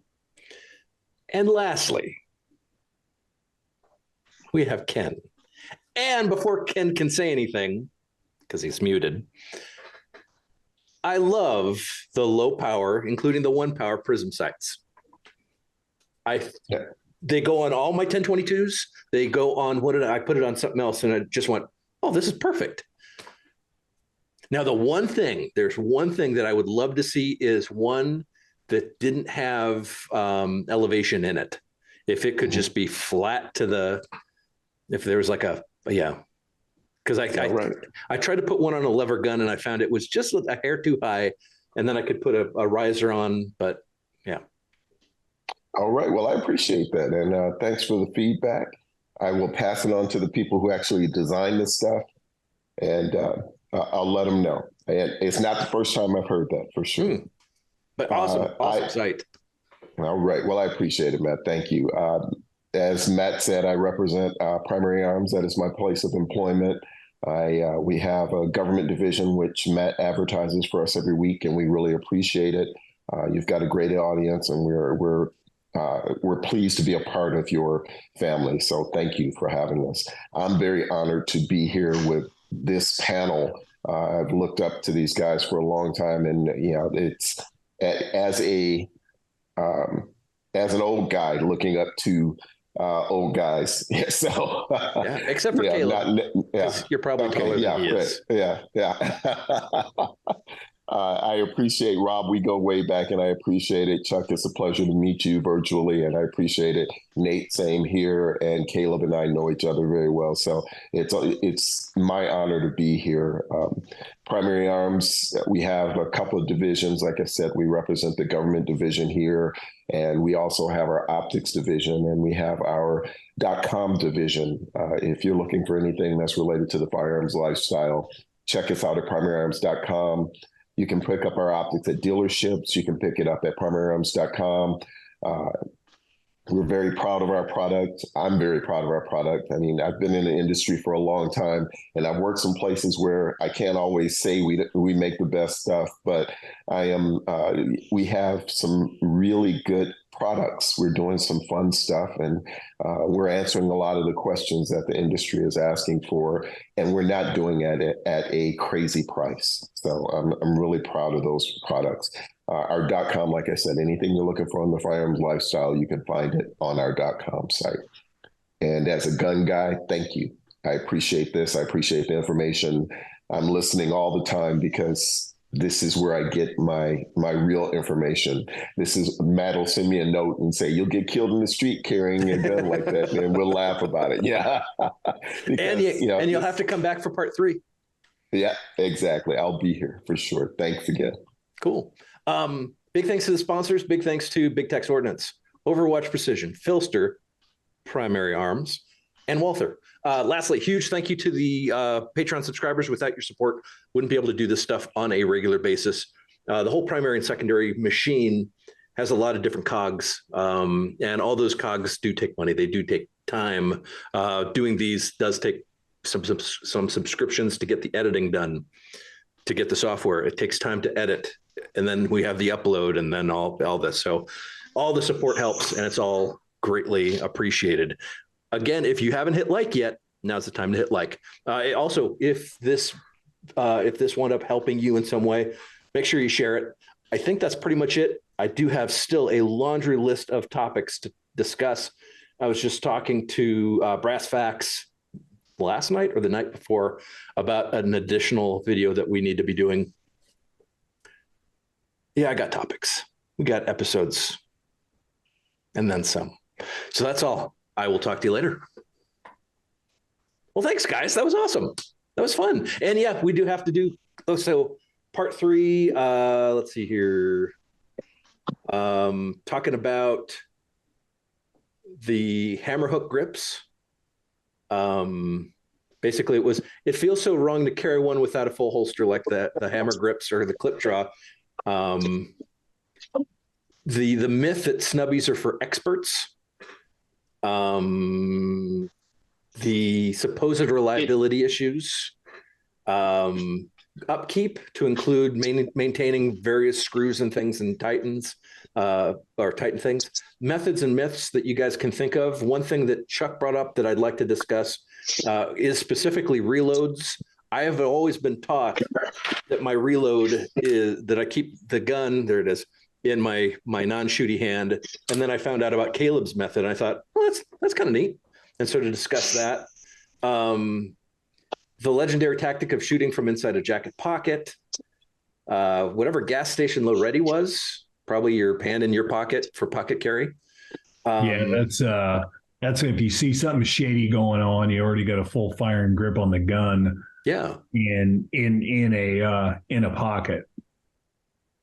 Perfect. Yeah, I'll tell you, driving home from Roundup last week, And we decided instead of staying halfway, we were just going to drive all the way through. So we did get a couple chances to stop at some gas stations that, we really got to apply our teachings right away. That's right.